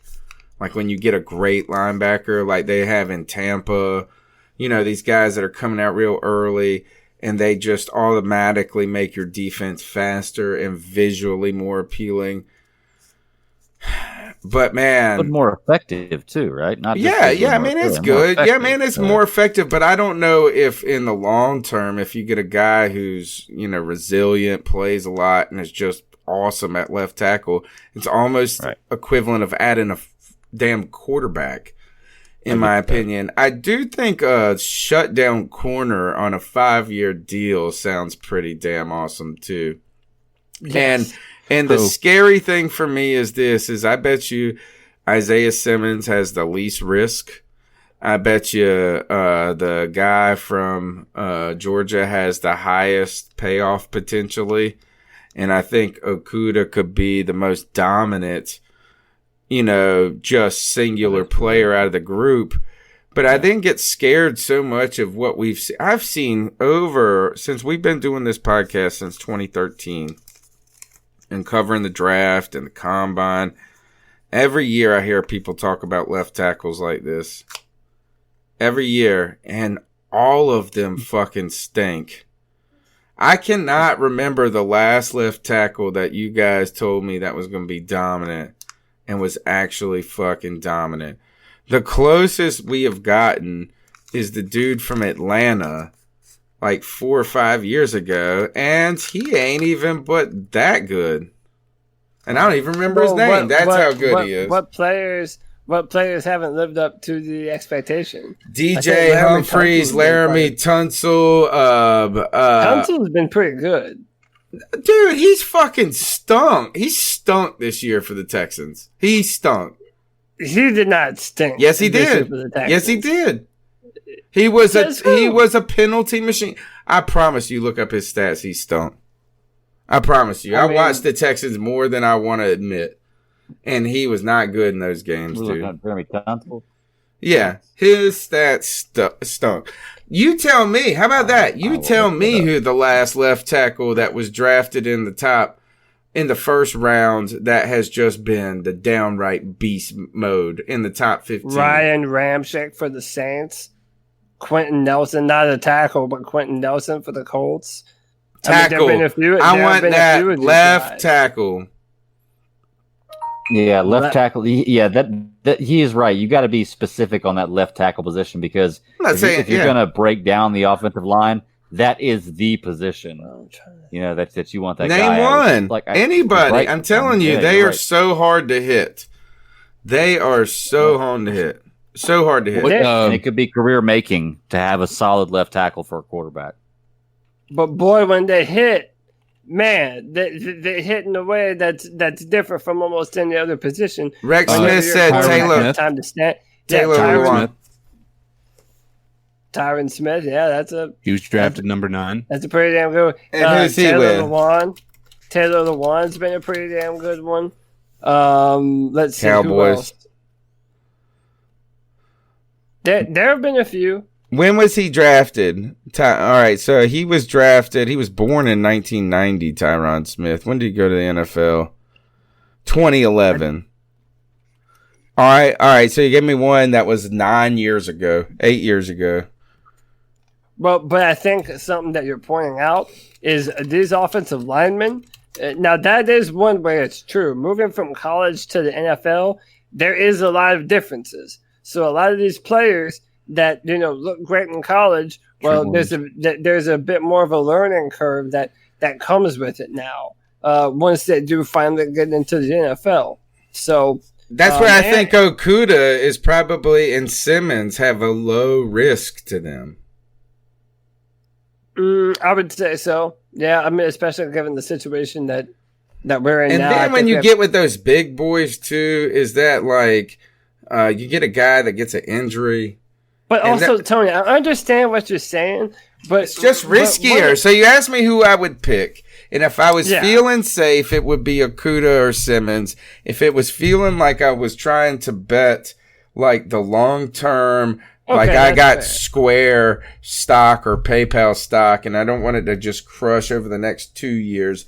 I want it to crush over the next decade. Then I'd pick the tackle. Right. So you're just saying there's a bigger bust potential, therefore Yes. you feel safer. Yes. Hey, that's a valid answer, man. Good answer. That's why I don't know why you didn't want to answer because you had a great answer. Scared. All right. Okay, so I looked up Laramie Tunsil's stuff. He was 32nd in the league for tackles that played snaps played at 9 or 15. He was first in the league for penalties in his position, and he was tied for 47th in the league for sacks allowed.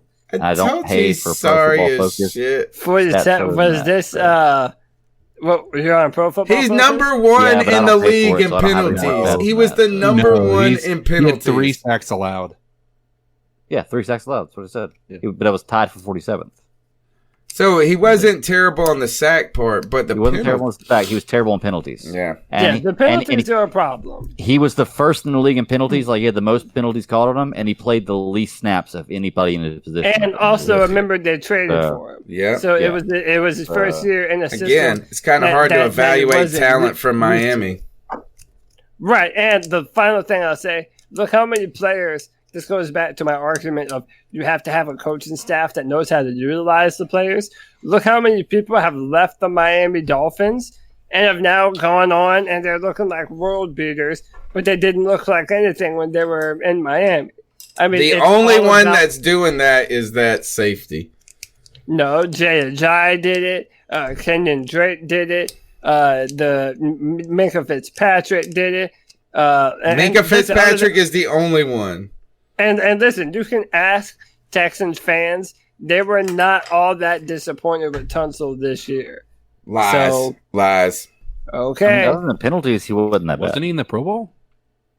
I don't know if it was. No, nobody watches that. It doesn't matter. All right. Next call. 252-228-5098. Smash the thumbs up button. We want to hear from you. Hi, it's Rich in London. I've just seen the Matt Rule interview at the Combine. Ignore my last phone call. I've got every confidence in him. Take care, guys.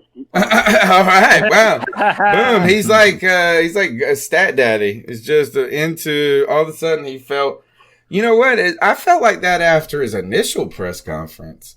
I don't know. We'll see what this combine is that he did say one of the things I think he let slip. Now it could have just been an error, right? It could have just been an error in the way he was talking. Is that because he was in combine draft mode. But he did say that this season starts with, this combine and built in the draft. And we know it does start with the combine today. But it really, like Cody said, is free agency is going to tweak so much. Right? And that should not dictate your draft, but it does have an influence. Just simply does. All right, next call, 252-228-5098. Yo, what did I tell y'all? What did I tell y'all? It's Josh from Mass. God damn it, what did I tell y'all? The doubt and the questions and I'm 80% sure he's not going to be on this team next year. He's talking to without you, Cody. Cam as a Panther. Y'all can take that bullshit and shove it somewhere where the goddamn sun don't shine. Because the man is coming back. Who? And he's going to be on the fuck you tour this year. He's gonna tell everybody, you don't like it, you can get the fuck out. I hope he's right. I really do.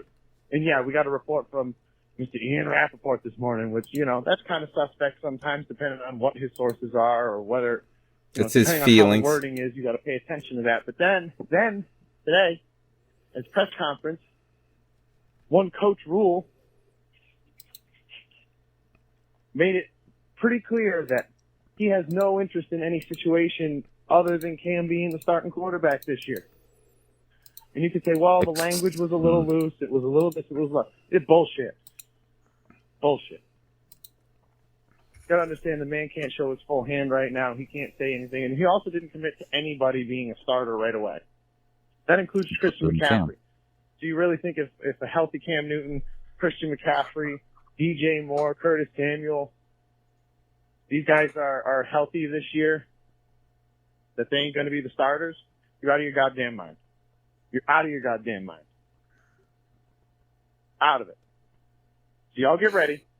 Y'all get damn ready. All you haters, get ready. We're trying to For get the back Cam in our Newton Fuck minds. you tour 2020. You're going to come out here. You're going to fuck up your bullshit. You're going to fuck up your team. And then he's probably going to stop at your house and fuck your damn wife on the way home. Oh, yeah. He's trying to cuck some husbands. So much positivity, so much great memories. I mean, yeah, y'all like to point, people point out, well, Jake the Law, dude, thank you to Jake for what he did, but he don't match up to what Cam has done. Oh, Not 100% even close. agree. True that. Not even in the same universe. It's not in the same conversation. Yeah. Flat out. And shout True out to facts. Greg, the stat daddy. Saw you kind of came around on Coach Rule today, huh? A little bit. Glad to hear Trying that, to. that there's some confidence being garnered where there was once at least a little bit of doubt. As always, guys, love the show. Love the chat. Not sure if I'm 100% going to be in there tonight. Got some unfortunate crap to deal with this evening. Well, you're here. But at the very least, Cam Newton just showed up at his door looking for his girlfriend. Josh from Matt. Great Northern Panthers. Out. All right, Josh from Mass. Nice. Thanks for Love your you, Josh, call. man. Thanks, Fiery Love call the energy, today. man. Fiery call. Cam Newton on the FU. Can the turn. record show that there is not a single asshole on this podcast that doesn't want Cam Newton to be the starting quarterback next year? Thank you. Every single one of Yes. us wants Cam Newton to be the quarterback. I'm just putting that out there, man. I got something to I screw don't want this him whole back. thing up, though. Is Shut up. I know that we have been talking about trading, and we've gotten fatigued by the trade up for Burrow, blah blah blah. But say you wanted to go to number 3. All right, I know this is going to be sacrilegious. Everybody's about to throw tomatoes at me in the podcast world. But tell me what team again selects number 3? The The Detroit Dolphins. Lions. The Dolphins. Lions. And if we are in a mode where we really think that this could be a long-term process, what is the one position that the Detroit Lions have not been able to answer since Barry Sanders? Didn't you answer that just now? I did just answer it, and that is the running back. I know we were. God, but hey, if you really wanted to go to 3, there might be Don't you put that a pathway there. And I'm more interested in going backwards. I agree. I don't want to go up. I don't think there's any need to. I think. But what would you be going up for, Tony?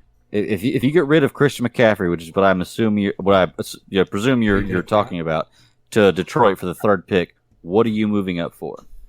I would just say it would have to be like 2. No, the only thing that would be is 2 to. Okay, so quarterback. Okay, that's what I'm wondering. Because if you're not going up for quarterback, there's no reason to. Yeah, I don't really think it's the right move. I just do think that is that we have been focusing on how tough it would be. Maybe the Giants. You don't even got to deal with the Giants. But here, I don't want to go down that path anyway. 252-228-5098. If we keep Cam, which it looks like that's going to happen, just based on Matt Rule, and it looks like that right now. Who knows? I really don't trust much because, number one, Cody said it was smokescreen season. Number 2, they put us through the ringer with this whole Cam Newton situation. So that's what I've been saying. How trustworthy are they? And if we do keep him, we better not draft a quarterback in this draft, so help me God. We better draft one of those tackles. Because if we don't, then what are we putting him behind? We gotta build that wall, damn it. There it is. We gotta build that wall, not to keep... Actually, we do gotta build that wall to keep people away from Cam Newton. So, there's that, and then I wanted to say that I think Rule in this press conference is talking to the public and is talking to Tepper, because I think he's telling Tepper, hey, look, man, I want Cam. You said I can have what I want as a coach. I want Cam. I think he's putting Tepper on notice by telling this to the public. And I think he's killing two birds with one stone here. So that's my thoughts on this whole situation. And always remember, keep pounding, and we must protect the wonderful, wonderful Bank of America Stadium, which I was actually walking around the other day, and I was thinking about Cam Newton, and I was actually standing at Mint and Graham, where I went for that festival where everyone has so much optimism, and then the shit show started. But that's the end of my call, because I don't want to get cut off. All right. He said he got one more call. You guys want to comment on that? Because his next call is 3 minutes. I mean, listen, I'll say this. The offensive line is not a sexy pick. It just isn't, you know? I mean, how fun would it be, especially this year, to draft an Isaiah Simmons or a Jeffrey Okudah or a Derek Brown or Javon Kinlaw? Like, these are players that amp up your fan base, whereas, you know, tackles are so completely necessary, but they're not necessarily the most fun pick. No, we actually probably need to walk away from this draft, like, on that draft party, like, Yeah, but that's my point. The more you push off the offensive line and you stop spending premium picks on the offensive line, Amen. Then it puts you in the same position next year where you're having to do the same thing that you neglected to do the year before. So, and we're unsure of Greg Little, and we cannot but put so much stock into Moton and Little. Moton is nearing the end of his contract. You know what I'm saying? Like, and you don't know. None of these guys have proven to you that you can look elsewhere. No. I don't think I agree, but I also think it's the truth the opposite way. You know, to assume that they can't contribute would be I agree with that too. You know, but here's the question I have. Obviously, you talk about the building the wall. So I mentioned trading back. What would it take to trade back in your mind? Like, you know, right now we're at number 7. That's a pretty valuable pick. Yeah. Miami Dolphins have 2 picks after us, the 18th and I think the 26th. Would those 2 first rounders make it worth trading back to the 18th and the 26th pick to get 2 first round draft picks? Not because of where they're at. They're like number 4, aren't they? Like, I wouldn't give them the 4th pick and a 7th pick. Right, but I think he's saying they're at number 5. But CK okay, so they're going to have 5 and 7. Well, no, he's not even saying that. I mean, CK, correct me if I'm wrong here, but you're saying the Miami picks at 5. Let's say the Dolphins pick a player, Tua or whoever, and then for whatever reason, if they wanted to move back up to get another player. Or let's say they took a defensive player first and then wanted to move back up for, say, Justin Herbert or Tua or somebody happened to fall a little bit. Yeah. Right. I mean, listen, in that case, having 2 first-round picks, I mean, listen, it would be hard to pass. It would have to be within the top 15. I tell you this then no. Because I think there's the 18th and the 25th. I just think there is a different grade between the top 15 players and the back 15 players. Maybe that's an arbitrary number. Maybe it's 10. Maybe it's 11. But there is that elite line. Yeah. And then all of a sudden, so is that if you can negotiate that carefully, that's one thing. But if you're at 7, you know, we saw what Christian McCaffrey was. He was 8th. Yeah, I mean, is that those guys now, I'm not saying they always work out like that, but we also seen what a fucking 25th pick can do. Well, or a Kelvin Benjamin pick can do. Nothing. Here's my question about it. And I want to ask all of y'all, just based on the knowledge you know of the 5 players I said earlier, that I'd be willing to bet at least 2 of them are going to be available at number 7. 2, maybe 3 will be available at number 7, okay? Which is Brown, Kinlaw, Thomas, Simmons, and Okudah. We're going to draft one of those 5 guys. I'm willing to bet at number 7 if we stay there. Okay?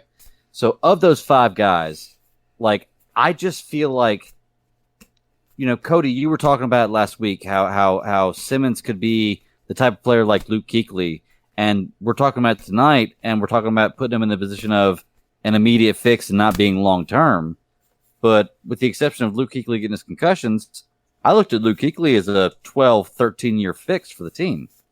He just got it cut short. So why wouldn't you go for a player like Isaiah Simmons? Now, I get what you're saying with Thomas, because that's another kind of lockdown player. You want to get that left tackle for the next 12 years. That's awesome too. Are there more left tackles that are bust than players like Simmons? Or do you think Simmons overall would be a better player? Not based on position. Do you think Simmons is a better player at his position? I guess based on at his position than Thomas is at his position. Basically, is what I'm saying. Yes. So let's put this out there.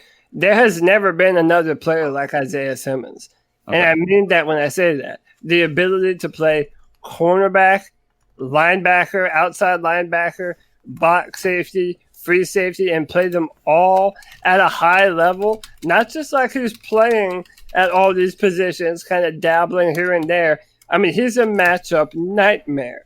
Wherever you put him on the field, he's going to chase you down. He can run with you. He can jump over your head. I mean, he can tackle you into the dirt and through the dirt. I mean, as far as there is not an NFL comparison for Isaiah Simmons. The closest that you might be able to find is Derwin James, who Tony loved so much coming out last year. I mean, but he's a bigger, more athletic version of Derwin James. So, I mean, if we're able to utilize him effectively, you're talking about a defensive chess piece on the likes of which there just isn't in the NFL right now. So you have to ask more yourself, valuable. I'm sorry, you don't think it's more valuable than Thomas? Because you said you would pick Thomas over him. Well, I mean, again, it goes back to the idea of now we finally have Cam Newton and Christian McCaffrey in this Joe Brady offense. And if you want to have that, if you want to see the best results of what that could possibly produce, then having a lineup of Andrew Thomas, Greg Little, Taylor Moton, Matt Paradis, and Trey Turner.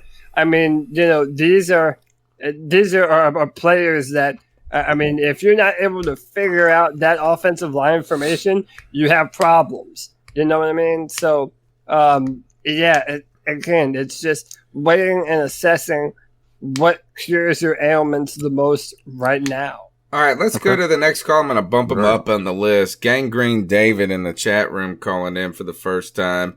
Thanks for joining the C3 Panthers podcast. The number's 252-228-5098. Smash the thumbs up button. Subscribe. Hit the bell notification when we're going live. Consider donating to the show. But the best way you can donate to the show is just by sharing the link with a friend.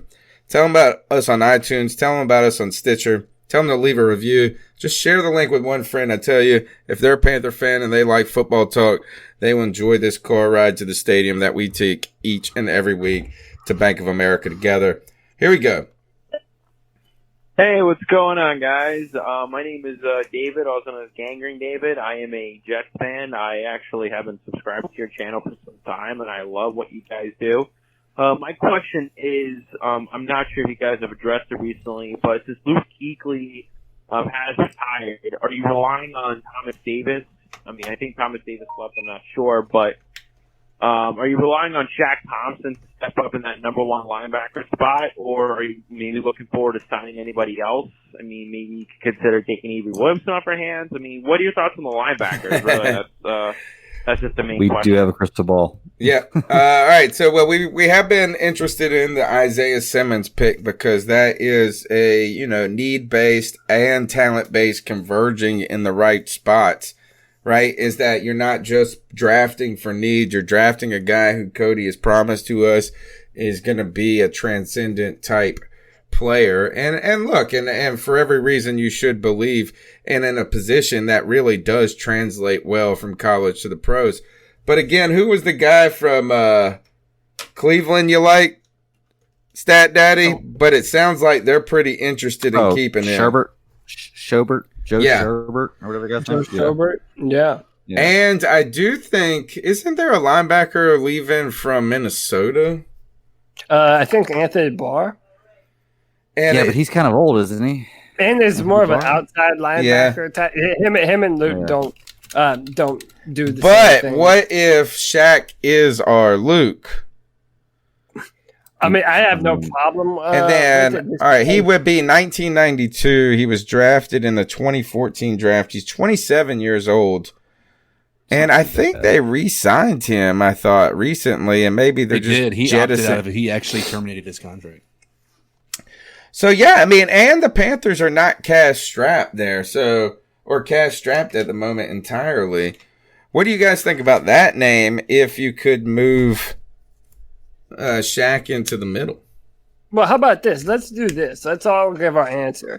Would each and every one of us feel comfortable with Shaq Thompson being our middle linebacker or inside linebacker, whatever, whether it be a 3-4 or a 4-3? Would you be confident with Shaq Thompson manning the inside and filling Luke Kuechly's role this season? Yes. Okay, we got one yes. Okay, Are you talking about with roster as is? Let's not even think about that. If we're going forward into the season, no matter who we draft, based on Thomas having the most tenure, knowing playing the linebacker for the Carolina Panthers, would you feel comfortable with him being middle linebacker going into next season? That's tough, man, because like I said, with roster as is, that changes the whole question up. Well, not really changes the question up, but changes my mindset up. I feel like with somebody like Justin Simmons, or if we got somebody like Barr in a trade, or not a trade, but a free agency, then yeah, I think I would be. I don't know if I would be without picking anybody else up, but I also don't have any reason not to believe so. So based on that logic, I'm going to say, yeah, I would take him as linebacker as is right now. Okay, 2 yeses. Okay, what you think?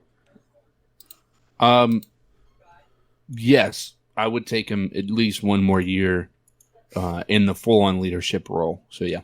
Yeah, and I think I would too. And again, I've said this before, and Tony's heard me say this a gajillion times now. But really, Thomas Davis sticking around so long was a detriment to the growth and the development of Shaq Thompson. Shaq should have been playing strong side. Instead, they were playing him at will. And I think he kind of had to play a position that he wasn't necessarily the best suited for because of the presence of Thomas Davis. So I don't think that it's too far-fetched to assume that maybe we haven't seen the best out of Shaq Thompson. And maybe he can be a more than serviceable middle linebacker. I mean, he's already said he intends to step up to the plate. I do want to draft some other players to either put around him or to put in that middle linebacker position. But I'm not panicked if Shaq Thompson is our middle linebacker next season.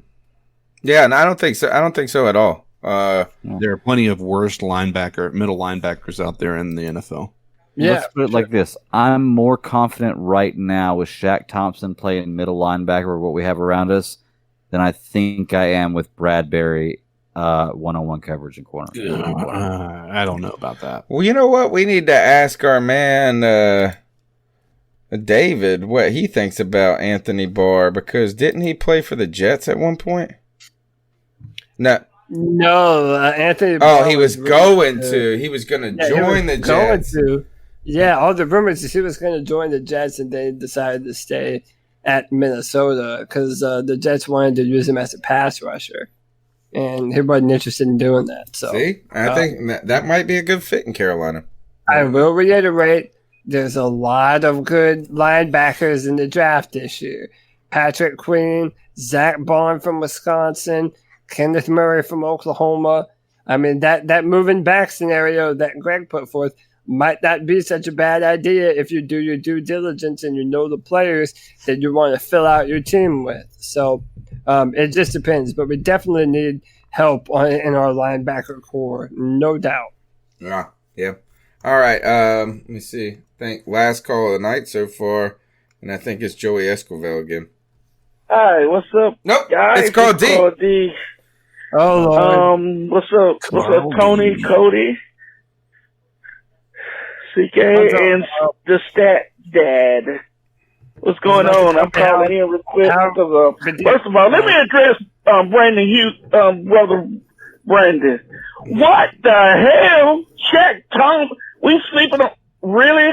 Brandon, have you watched Shaq Thomas' career? What has Shaq done? He had his opportunities when Thomas Davis was hurt. Then when Thomas Davis was out those, what was it, 6 games?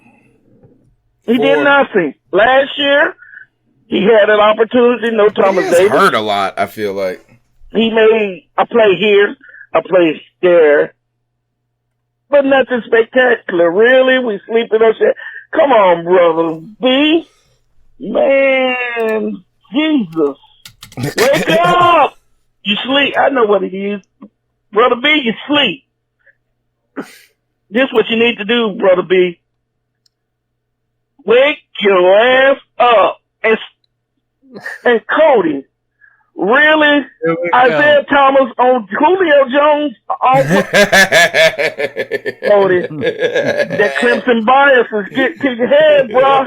I don't care how athletic He kind of right about that. Simmons is. Ain't no fucking way I'm going to put him on no damn Julio Jones or no top NFL receiver. Get it? Come on, Cody. Carl, James. Jesus, man. Come on. We know Simmons is good, but what are you talking about, man? Come on. We're talking about throwing this man on some of the best, the elite receivers. But hey, you coach. If you was a coach, then I would feel sorry for your team. Because if you put in one-on-one and don't put no safety, he is and don't have no help. How many times was Luke on Julio? My God, what a nightmare. And also, Cody, you talking about these position players. I still ain't heard from nobody. All I hear is cricket. Positionless player who made the Hall of Fame. I've heard you and somebody say something about what such and such used to be. No, we're not talking about what some of the. I'm talking about the whole career. They played different. What you call it?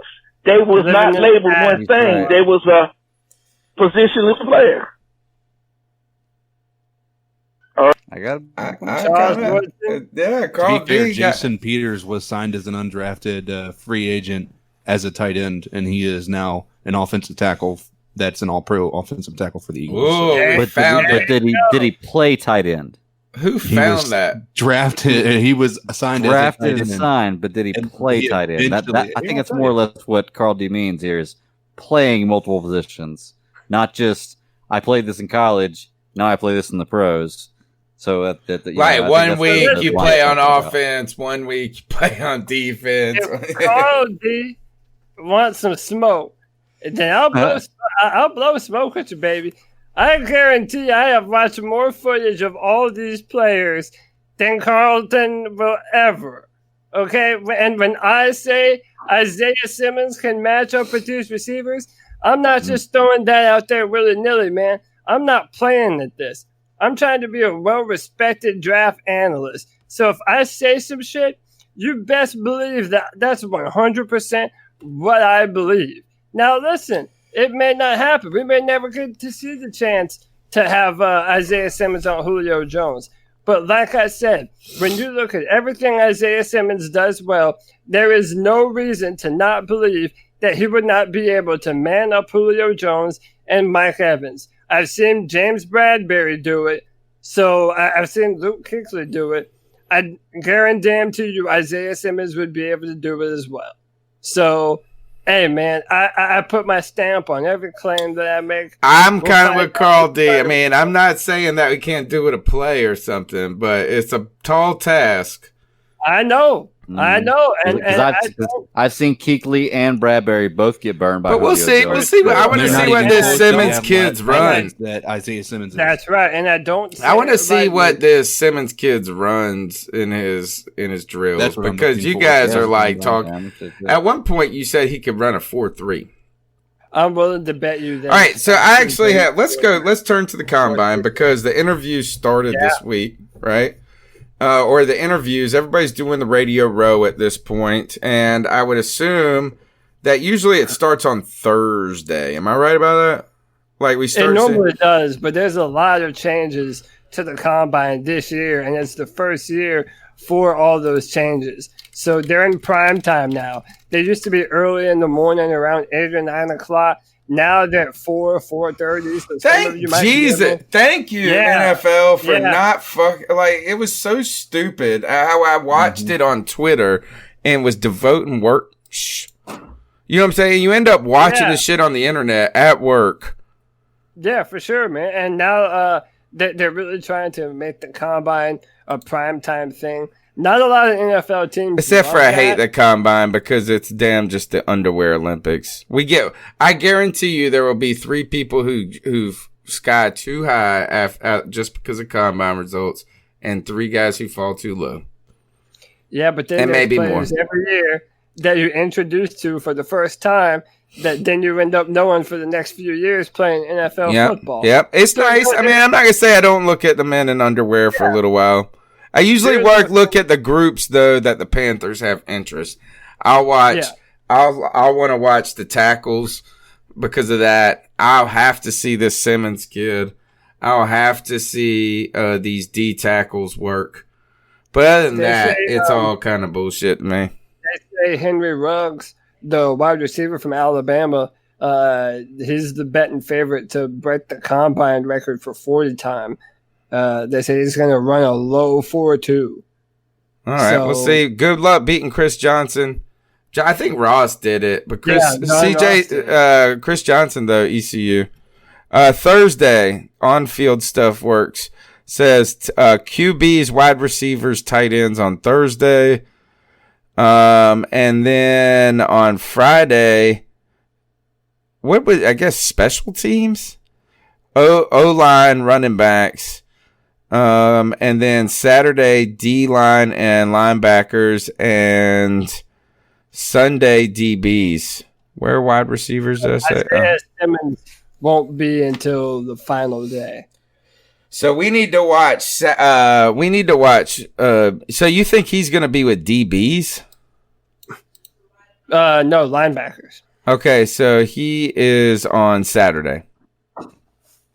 Yeah, Isaiah Simmons will Saturday. Okodu, whatever his name is, will be on Sunday. And then you'll want to watch on Thursday to see what those quarterbacks are doing. I don't think there's any real reason to get all into the wide receivers unless you're trying to figure out who we're going to pick in the third. And Friday will be a big deal to see those offensive linemen. Now, Cody, as you're getting ready for this combine, tell us, what are some of those changes you're looking forward to? So they've revamped some of the drills. So now they're doing some drills with the quarterbacks and the running backs, where the running back has to motion before the play, and they want to see how fast the quarterback can get the ball out. I don't know all of the nitty-gritty details, but they're trying to cater the individual exercises around things that actually matter to football. So even though it's there right now, in the next coming years, the bench press at the combine will not be a thing because it does not reflect on play strength or anything football related. So, I mean, you can go online and find some better rundowns on what all the changes will be. But it's definitely going to be a new look and a new feel this year as opposed to different years recently. And they're really trying to get more people to watch. And I love that they're going with the quarterbacks first. I think Justin Herbert and Jacob Eason are going to put on a show throwing the football. Jordan Love is another player. I was going to ask you about him, yeah. Yeah, Jordan Love is another player that, unfair or not, is getting a lot of Patrick Mahomes comparisons. Small school type of player, mobile from the pocket, cannon for an arm. He had a very significant drop off from his sophomore to his junior year, but he lost a lot of players, his entire coaching staff. So a lot of people are giving him a pass on his final year of football that they didn't necessarily give to Justin Herbert for having 3 different offensive coordinators and head coaches in 4 years. So I'm pumped, man. The quarterbacks are going to put on a show. I love this, man. You're going to see the future of the Carolina Panthers even when you don't know it. I want to ask you about this wide receiver from Alabama. No, Oklahoma. Yeah. Oklahoma. CeeDee Lamb. Yeah. I saw Jonathan Jones tweet that if he ran under a 4.6, he would be a first-round pick. Oh, dude, he's a first-round pick no matter what. It's a wrap. That is... You know what? Wrap. That screams to me Devin Funchess. If you're talking 4.5s, no, you're not even. I'm not talking about the style of player or anything like this. Is that when was the last time you saw? I don't know. Is 4.5 is not impressive at the NFL level, even for a big dude. For a big dude. Did you know that Jerry Rice ran a 4.7? Yeah, he also played 40 years ago, dude. Well, 30 years and I also think ago. I think maybe 40 years ago though. But Leo, there was a lot of guys that I'm talking about. This is Julio Jones didn't run no 4.5. How about this? You know he didn't. Do you know who did run a 4.5? DeAndre Hopkins and Antonio Browns before he went off the fucking diving board. Both of them ran in the 4.5. Okay. Well, and I also want to say, I think you might be misinterpreting this, and I could be wrong too, but the way I look at it when I hear somebody say, well, if this guy runs a 4.6, he's a first-round pick, I think of it as he's so good, he can be that slow and still be a first-round pick. Well, and That's the way I look at that. Yeah, and what you're looking at is... Not saying he will run that, but... Right. But when you look at the type of route running that CeeDee Lamb has, his ability to high point the football, track the football in the air, and his yards after the catch. I mean, listen, if you compare DJ Moore's yards after the catch from college versus CeeDee Lamb, it's a night and day difference, dude. And I thought all right, T-Money said Mike Evans ran a 4.53. Okay, Mike Evans. I think Mike Evans is really good. Is that all right? So if Hopkins did run a 4.5, this and that, I'm just thinking this is last I remember is these cats usually are burning mugs too. Yeah. And so, I mean, when I think of a Sammy Watkins, when I think of a Julio Jones, when I think of an Odell Beckham Jr. Oh, Michael Thomas as well. Michael Thomas ran in high 4.5s. I'm not saying that it should be a determinant. I'm just not saying when I hear that, like, this guy runs in the 4.5s, all of a sudden I'm ready to say this mug is going to be the number one receiver in the league. Well, how about this? Can I meet you halfway? If CeeDee Lamb runs a 4.6, I'd be disappointed in that. I think he's much faster on film. All right, I like that. That's not I expect a much better number from Lamb. I will not be impressed if he runs a 4.55. I'll just be like, all right. I mean, I won't be saying he's bad. I'm just saying. And also remember with how deep this class is, if you want a burner like a Tyreek Hill type, well, then you're talking either Henry Ruggs or Jalen Reagor out of TCU. So again, it's that's why I don't care where you have the receivers ranked in this year's class. It's really whatever flavor are you into. I have no problem if you take T. Higgins number one because he's a fast guy and he's a bigger body jump ball receiver. Some teams are looking more for that kind of player than they are a Henry Ruggs type of player. So it's all about what flavor you're hungry for when you're out there shopping. And hey, since we're talking about wide receivers, can I just bring up real quick? Can we start looking at the XFL as they have the possibility of having some serious players in there? This guy, Cam Phillips, the wide receiver, 342 yards, 7 touchdowns through 3 weeks. I think he had 180 yards and 3 touchdowns in the fourth quarter last week. But the thing I'll say is that these XFL defenses are a joke. And you know what? I guarantee you they're just as good as most college defenses. And we would praise the college receiver for doing the same numbers. True that. You know? I mean, that's a good point. That's the only way I look at it. Like, we would praise the college guy. Have you watched any of the XFL yet, CK? Yeah, I've watched I haven't sat down and watched through a whole game. I've watched a little bit, but then I watched the highlights pretty much. So, Yeah. I mean, Yeah, and I what I see haven't is watched the full game. these games are pretty explosive. You know, you have a lot of offense, but I don't see the level of defense playing the same height that the offenses have been playing at. So, Cameron Artis Payne, big giant games. I don't know what he did this past weekend.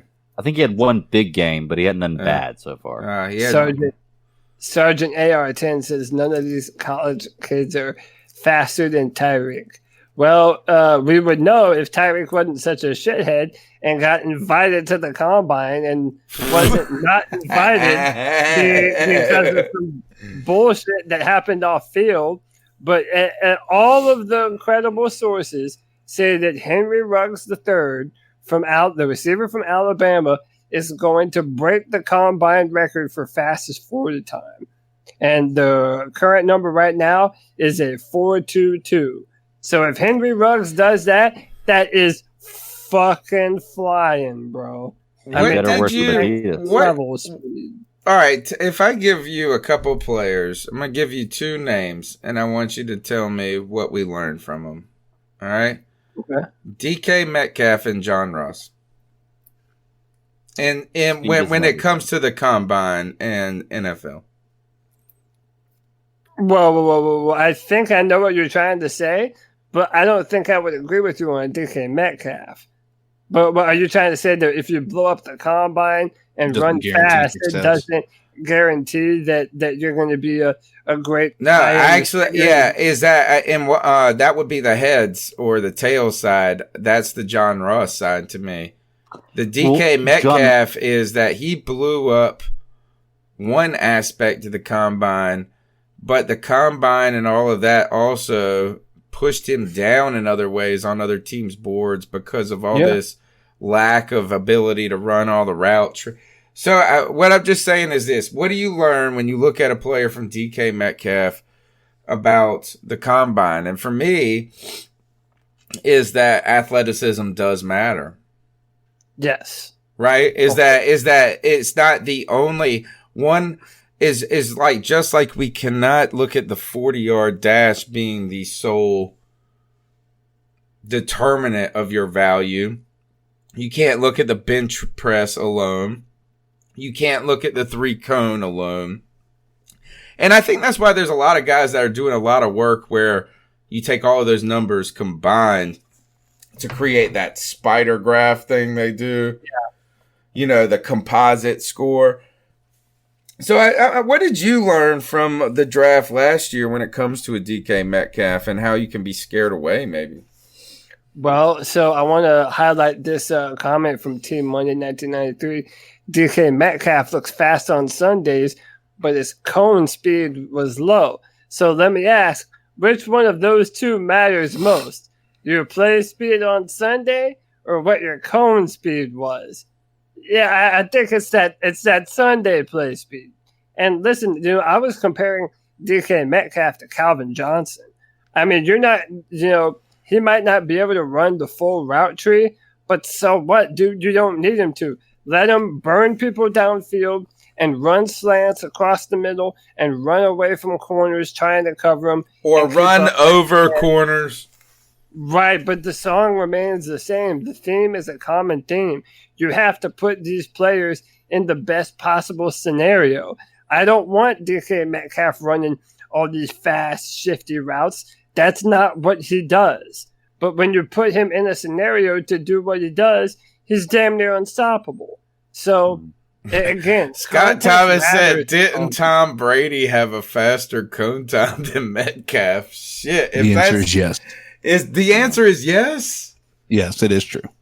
Oh my gosh. Maybe we should evaluate the 3-cone drill as something you should do for quarterbacks moving the pocket. And I will say that Zay Jones, former ECU Pirate, had the best 3-cone time ever in the history of the NFL, I think, or one of the top. And guess what he is? Nothing. Mediocre. Well, that's right. Not even. He don't even got a team, man. Is he not on the? Did he get cut? He was on the Bills, wasn't he? He's on the Raiders next, and I don't think he's doing. I think he's struggling to find a place in the NFL. He's like Amani Edwards, great in college. Nah. Armani Edwards is good, and he's NFL size. Zay's undersized. I don't know, but all right. Cody, how about this? Pick a different player than John Ross to help me make my point that I'm trying to make. What, a receiver that just blows it up? Any player that how we can make these numbers.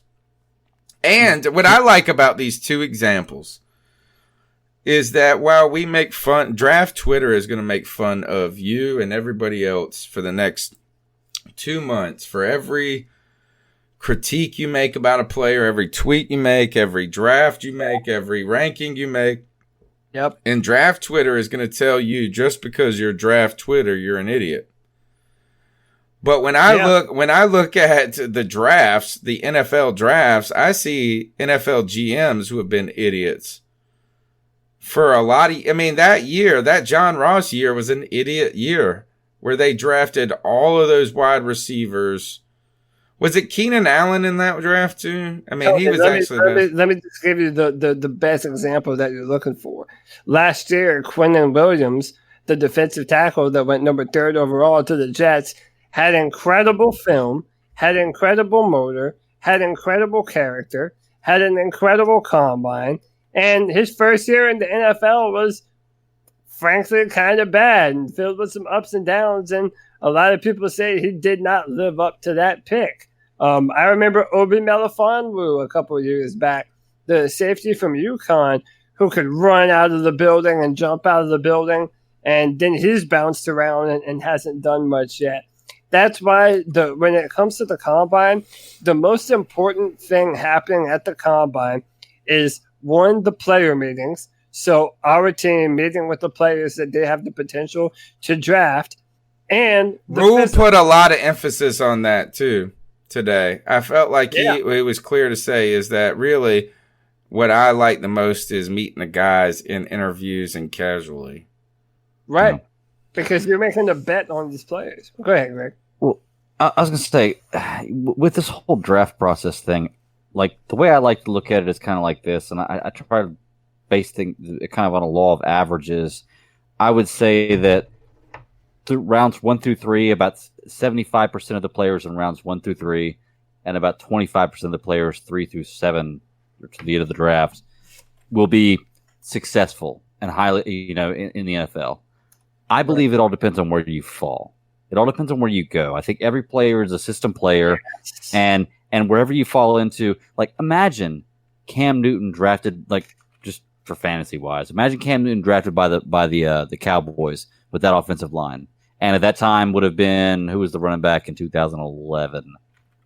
Wasn't it DeMarco Murray? No, DeMarco came not too soon before Cam, I think. So, no, yeah, I don't know. Anyway, it wasn't DeMarco Murray, but either way, imagine Cam behind that line, 2011. Imagine, Cam in Seattle, with that defense and that kind of, like, it all depends on where you go, man. Like, it's a huge you could fall to a good place, and that's why the whole thing with Joe Burrow, what they're talking about right now, is, do you really want to go to the Bengals? Can you really maximize your potential there? And I don't know where he can go and do that, but I feel like the draft has a lot to do with that. It is strategy, but it's a lot of luck. I think when you make a move like Andy Reid did, where he's traded. Hey man, to get you're right. Mahomes. You're so right. He bet on that because Burrow could be bad. For all we know, imagine John Ross with Patrick Mahomes. Right. John Ross would have a way different career with Patrick Mahomes. Just saying. Yeah. Well, John Ross is also kind of a dummy and got hurt. And you're right. He did go to the Bengals. And also, yes, that also happened. AJ Green is another one.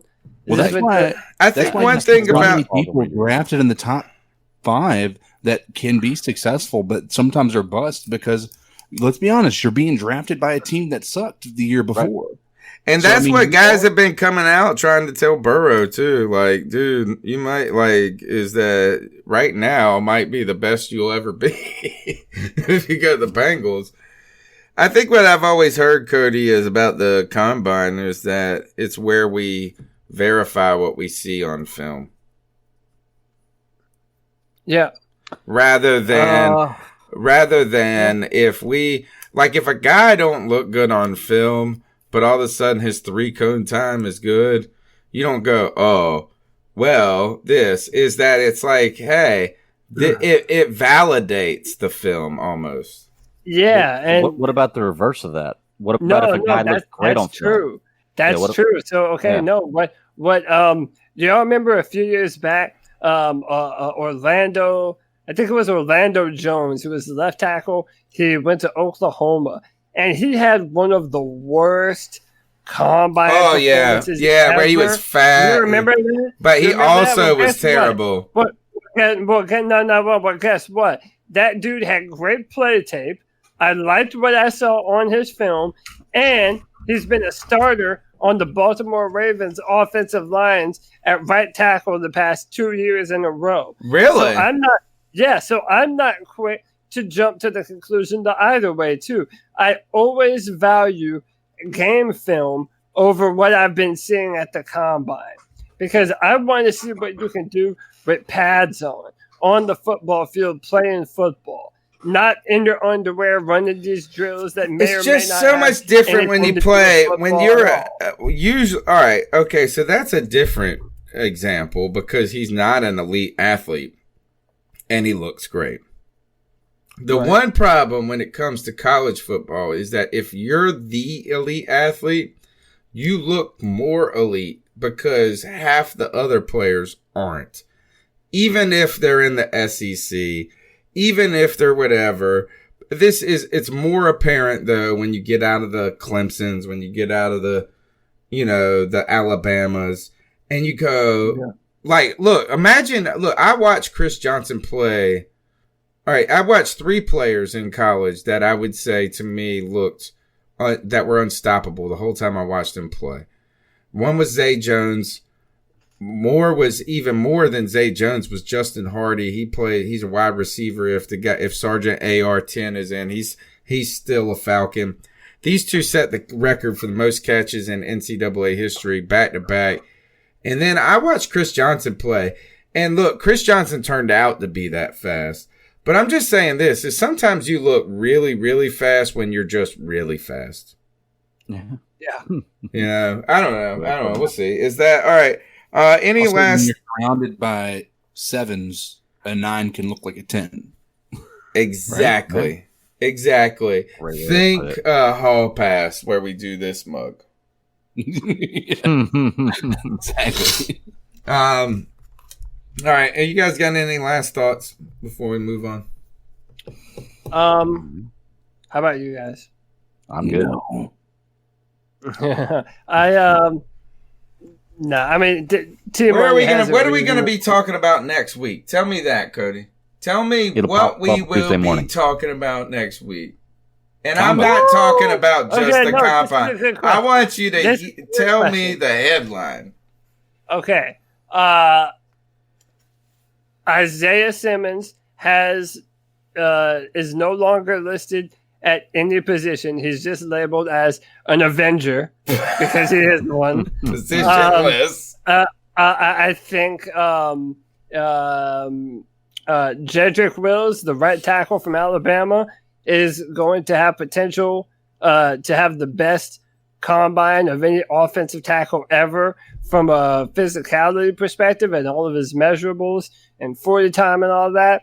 I do think Henry Ruggs is going to break the 40 time record this year. And I think Denzel Mims, the wide receiver from Baylor, is going to turn a lot of heads this year. Oh, speaking of Mims, here, I got this, you guys, real quick from Mims. Yeah, that's right. Mims on Rule. I mean, because he wants what's best for the players. I mean, he wants to win. I mean, so he going to do whatever he has to do to win. He going to put every player in the best situation. I mean, and he's going to be honest. And you need to be honest in this game. And if the players just buy in, then a great outcome will come. So that's Mims on Coach Rule as being an NFL coach and his emphasis on winning. All right, so we're going to be talking about that. Anything else, guys? Anybody else want to add a headline for next week as we move on to Ice Up Picks? Do we want to do a bold prediction headline? Yeah. Oh, yeah. Do it. Yeah, we're going to do it. All right. I'll let somebody else go. What would be a bold prediction? Okay.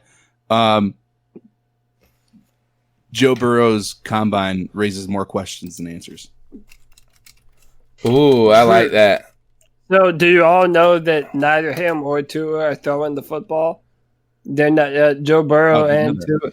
Yeah, they're not doing any of the workout proportions. They're just doing interviews and stuff like that, measurables and. Oh, he's not going to throw.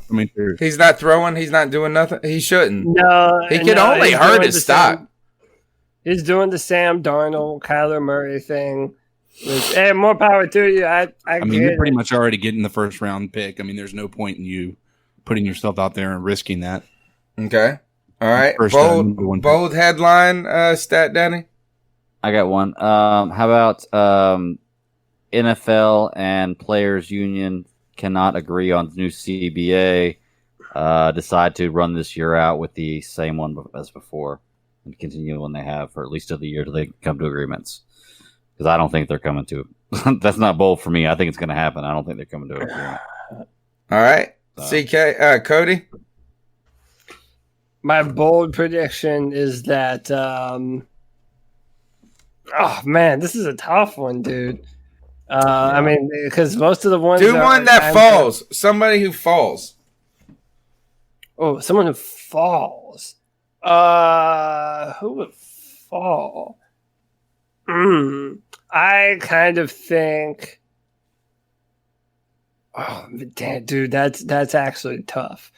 I'll say Austin Jackson, the offensive tackle from USC that's been getting a lot of first round hype. I think could end up falling a lot. I think Jordan Love might also potentially be a faller if he's not necessarily an accurate thrower at the combine. I will give you another riser. And yes, shout out to Darius Jones, man. Because, again, I put out my top 50 players that I have rated in this year's draft. It's pinned to my Twitter, so check it out. You can message me. You can ask me questions about it, pick my brain about certain characters, whatever. But one of the players that I'm much higher on than almost anyone in the draft media is Grant Delpit, the safety from Louisiana State University, man. I think that dude is the next Eddie Jackson. I think he's going to obliterate the combine, and he's my safety number one in this year's class. So I'm hoping that the combine vindicates some of my opinions, but we'll see, man. I'm pumped for it, as if you couldn't already tell. My headline is Jerry Jeudy pledges pilgrimage to Holy Land after wearing the Star of David and saying his nickname is Jewy. Look. We're demonetized. Hey! But no. Hear my eyes up. All right. That's what I think is my top. That's my headline for coming out of the combine. All right. It's the C3 Panthers podcast brought to you by CarolinaCatChronicles.com, where we can talk about the Carolina Panthers until you fall asleep. Don't fall asleep if you're driving. Instead, subscribe to the show. Tell a friend about it. Smash the thumbs up button. Let's get into the Ice Up picks, guys. Who would like to start this evening? Oh, nobody? Then I'll start. All right, here is my Ice Up pick. It is this fucking coronavirus. As it erupts in northern Italy, as the Dunn family has decided to take their pilgrimage to my ancestral holy land of my adopted name is done. My mother's maiden name is Pancini. Taking the whole damn family to Florence, Italy. And the damn coronavirus bomb explodes, and Italy is taking no chances. They're shutting down little villages. We're worried about ability to not only travel there. Losing money is something that I am most concerned about. My mom said, you can't go. You got to cancel. I said, what do you mean I got to cancel? I am not swallowing these G's. Lots of G's. You know what I'm saying? Lots of G's. I was like, I'll take my fucking chances, man. Like, all right. So then on top of that, you guys also were kind of laughing at me early in the show. I was like, what? What? And my wife came in. In her effort to talk all this shit through, she calls Delta and this whatever, and just kind of figuring out all this stuff. And these assholes, we bought our tickets in October, had to change the flights, and somehow canceled our tickets. How do you pay G's, bro? G's. And these mugs be trying to... I'm getting it from all types of ways. I'm getting it financially. I'm getting it biologically. The next thing they want to do is fucking give me an Italian kid to bring home on the way back to raise up as my own Giuseppe. I don't know what to fucking tell you, Vincenzo. We broke as shit, and we don't know if we're going to Italy because of this stupid coronavirus. I say to you, ice up, you whatever you are, fluey, swiney, birdie flu. Whatever. So, all right. So, you have one? Yeah, I do, but you can go if you want to. Is it heavier than that, Mugs? You guys want to pull out some G's and burn them on the table? Dude, okay, listen. I'm just repeating what someone says, okay? This happened today. So all the media is at the Combine. And Tony might even know where I'm going with this. I don't know if he's read the story or not. But so the all the media is at the Combine. They're talking, and ESPN Cleveland is at the Combine. And what happens is they think they go off air. They don't know that their mics aren't live anymore. And, or they are live. They're still live. Yeah, but right. But they're live, but people don't know. They don't think they're not live. Can still hear them. It's like right. the judge who went So shit. It's kind of like this show in the beginning where we think it's working and it isn't. They're talking about how the Browns passed on Patrick Mahomes, Deshaun Watson, Carson Wentz, all these different quarterbacks that they passed on. And then he said, and who do we have under center? A fucking midget. talking about Baker Mayfield. And dude, he didn't know he was live. ESPN has got their best ratings in weeks. The dude's name is Tony Grossi, and he has now been suspended from ESPN Cleveland for calling Baker Mayfield a midget. And I have problems with that.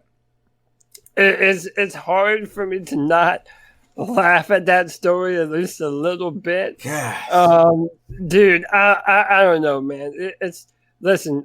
I think Tony and I can sympathize with audio issues and not knowing when you're live and when you are and aren't talking to people. But how does David Newton get to retweet porn? Yeah, I don't know, dude. I don't know. He retweeted porn, dude, and he didn't get suspended. Yeah, I don't know. I have no wrapped idea. up in the moment is what it was. He got wrapped up in the moment and hit the button. I like this. I know. I saw a heart. I just saw a heart. I just love it. All right. To them, you say ice up. All right. Ice to Tony Corsi, I believe his name is. Which is also funny. His name is Tony. That's always, and he had live issues. Yeah. This is not normal. He's talking to people. I feel like I should just dump Cody right now from the show for tonight, just for that. To all idiots on the internet named Tony, ice up, son.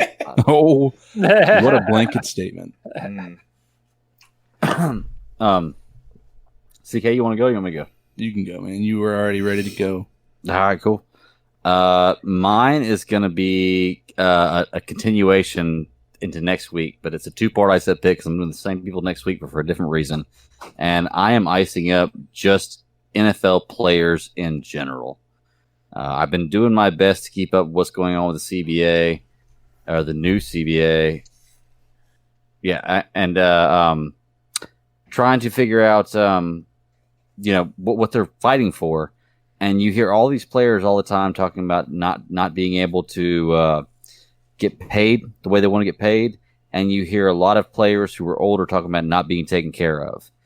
And of all the things that the players are fighting for, the number one and number two thing that they are pushing for, that they want put on the bill, which I think one of them is actually passed already, not the bill, but yeah, I guess same kind of thing, is to be able to smoke weed and to have shorter practices. So you're going to bitch and moan. You're going to play a child's game and make millions of dollars to work 6 months out of the year, to work 10 hours out of the day, which half of that is just exercising, and then 3 hours on Sunday or Thursday or Monday, and make millions of dollars doing it, and complain about not making enough money. Then when you have the opportunity to negotiate to make more money, your main request is going to be to smoke weed and to have shorter practices.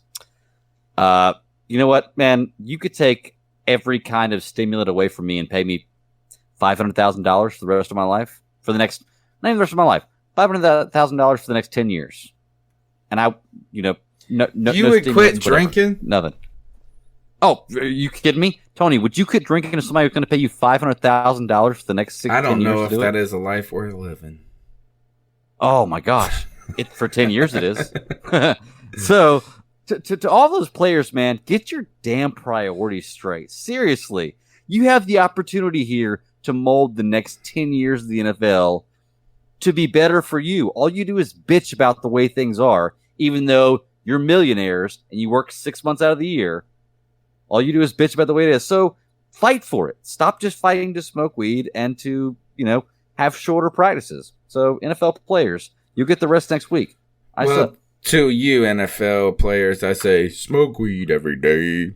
There's nothing wrong with that. We forgot to even talk about. All right, so is that I do think you know what I think the players should work to get those out. I don't know about shorter practices.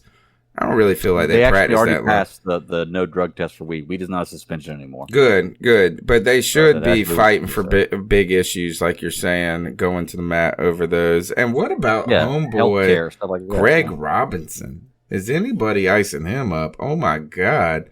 Bring him back. Greg Robinson. Oh, one of those other left tackle prospects that is going to be the next. Dude. Brings back 200 pounds of weed or some shit like that.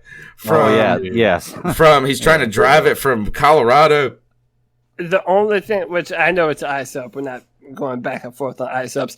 The only thing I will say though is that in the modern NFL, for all the LSU, they have a little pill for that, or they have an injection. Oh, I agree. I think you should be able to smoke weed. I just don't know if you should traffic it. It's absolute bullshit that a player can't toke up a little bit if it makes them feel better. Yeah, especially when they go and stick them in the middle of the game with shit.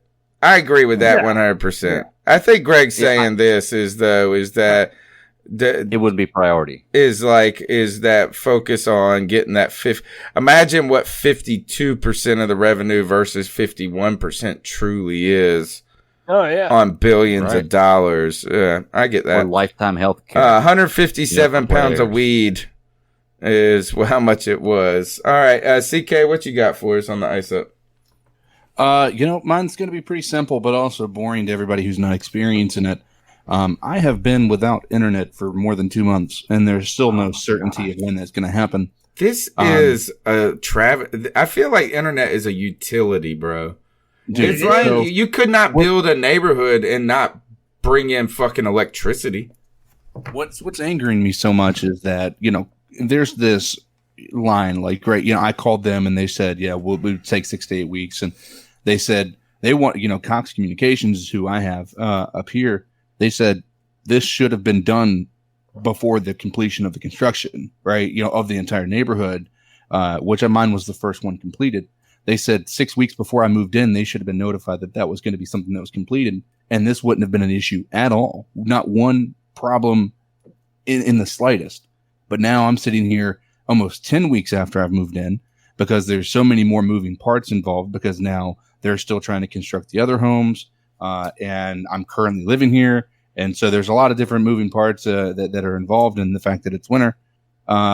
It's just frustrating. And so for everybody involved, specifically the builders of the neighborhood that I'm in, ice up for not actually having your shit together and being able to provide the people buying your homes for a fairly unmodest price, giving us the best possible, quality of life, especially early on, especially since my wife goes to school online. No, in this day and age, living without the internet is like living without electricity. Yeah, you're right. But anyway, for that, I say ice up. Anybody who is not doing their job to get me this internet because it is starting to piss me off. You're gonna have to go get that DSL.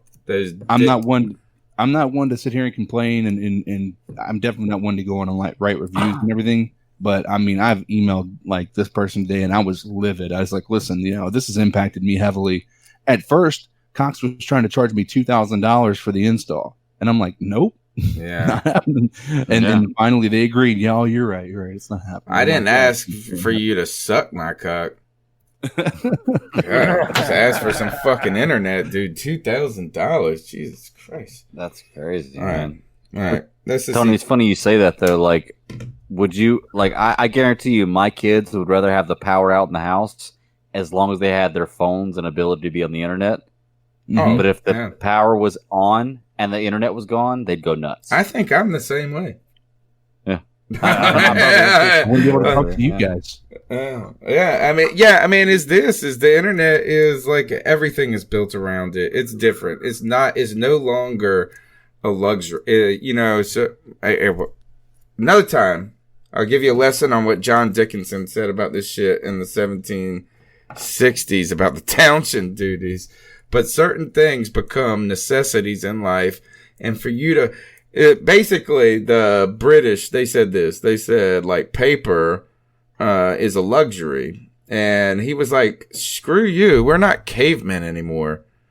Paper is like what the world works on at that moment in time. Mm-hmm. And that's like this is like, man, you can't do your banking. You can't do anything without the internet. That's like, the elder folk that exist out there that say, all these kids are on their phones. Well, there was a time where you didn't need phones, and now this time is you are required to be able to live in this world with a smartphone. Like, let's be honest, when you're talking about email, when you're talking about communication with family members and even beyond that, job resumes, even jobs themselves. Everything. And it's changed so much in just a decade. Honestly, yeah. It's been even more so in the last decade. But I get you. And I think that's a travesty. And I think we should all write Cox Communications and tell them that they suck cocks. All right. Sorry. All right. Yeah. This is C3 Panthers podcast. 252-228-5098. Call in before next week. Wish us luck as we go into Corona land, as we go into draft land, as we go into combine land. And Cody, where can they find your work? I know you're over there working hard on Draft Tech and on Twitter. Yeah, on Twitter at Cody Lack, CODYLAC. There is a brand new mock draft every Wednesday on drafttech.com. Tomorrow there are no comments while we kind of work through this combine phase right here. So we have the week off, but every Wednesday going forward, there are brand new comments on drafttech.com for rounds 1 and 2 for the Carolina Panthers. I'm trying to do some good work there, so if you're a fan of the draft, check me out. Stat Daddy, the Super Civil Servants podcast, when does that drop next? Record Friday, drop Monday. That's the standard. What did you guys drop yesterday? What did y'all drop yesterday? Let's see. Yesterday we dropped some Birds of Prey reviews, and we talked big about the new Batman suit. And then we talked about Clone Wars Season 7, Episode 1 dropped last Friday. So that was a big deal for the Geek universe. All right. CK in that desert of... all right, so it's at the Bat Daddy 52 and at the S... tell us the... Just Podcast 1. And real quick, I wanted to bump something in here, just cheap plug. There's a real good chance that I'm going to be on another podcast or creating another podcast very soon. Anybody who's a sports fan here, and maybe not a football, all I'll say right now is around April 18th, we're talking about launching. So if you're a sports fan and you get that, you might like the podcast. Expect Greg's divorce soon as he starts and embarks on a new podcast. CK, how can they follow you? You can follow me at CodeDizzleAllen on Twitter, pretty much anywhere. That's how you'll get a hold of me. And you can write him via the U.S. Postal Service since he has no fucking internet. Yeah, definitely. And I'll deliver it. Well, I hope not. I'm pretty far away. All right. You found me there, and I still, and I'm going to plug it again, even though we're going to be a little bit away from that. Me and Cody have been talking about this. Better get to know a potential draft pick, and we're planning on doing that after the combine now. So that way we're not having to drop multiple videos about the same person because of their combine results and things like that. So. Just be on the lookout for that, and that'll be exciting. That'll get you, a lot of. It'll be pretty detailed. You'll have the videos to go along with it. So when Cody says, Isaiah Simmons is this good because of all of this, we're going to be able to put those videos together and show you why. And so just something to look forward to. But that's hopefully that won't be before next Tuesday's show, but it should be after that. It'll be next week, the latter part of next week. Yeah, within the coming next 2 weeks, me and CK are going to put a lot of work into these, putting some in-depth video breakdowns on a lot of these players, so that way you're in the dark on no one. You're going to know the people that you can draft in your own personal drafts on FanSpeak and Draft Network. So it's going to be fun, and that should be within the next 2 weeks for sure. That's when we'll start. It'll be little 10-minute videos. For each individual prospect, and if you guys have any questions, just let us know, or if you have anybody that you want us to review, let us know. And then after we do it, we'll even put up some polls and see who our fans want us to do next. Yeah, and what players they're looking for. So we'll make it really interactive and make the fans a part of it, and it's going to be a good time. All right, Cody, I want to interact. Oh my gosh, let's close this damn show. I'll let you anytime, Bat Daddy. I'm putting this is it. My name's Tony Dunn, C3 Panthers Podcast, Tuesday nights, 9 p.m. until did you hear about that? At cat_chronicles. Don't listen to these guys and their Cox Media. Oh, dude, let me tell you about this thing that I found. Oh my God. I just closed Keep bounding, y'all. I closed it. Keep bounding. Early contests build momentum for 2024 contenders seeking the White House. C-SPAN offers unfiltered coverage of events leading into early primaries and caucuses. Get access to speeches and results with the free app, C-SPAN Now, or watch live on the C-SPAN networks.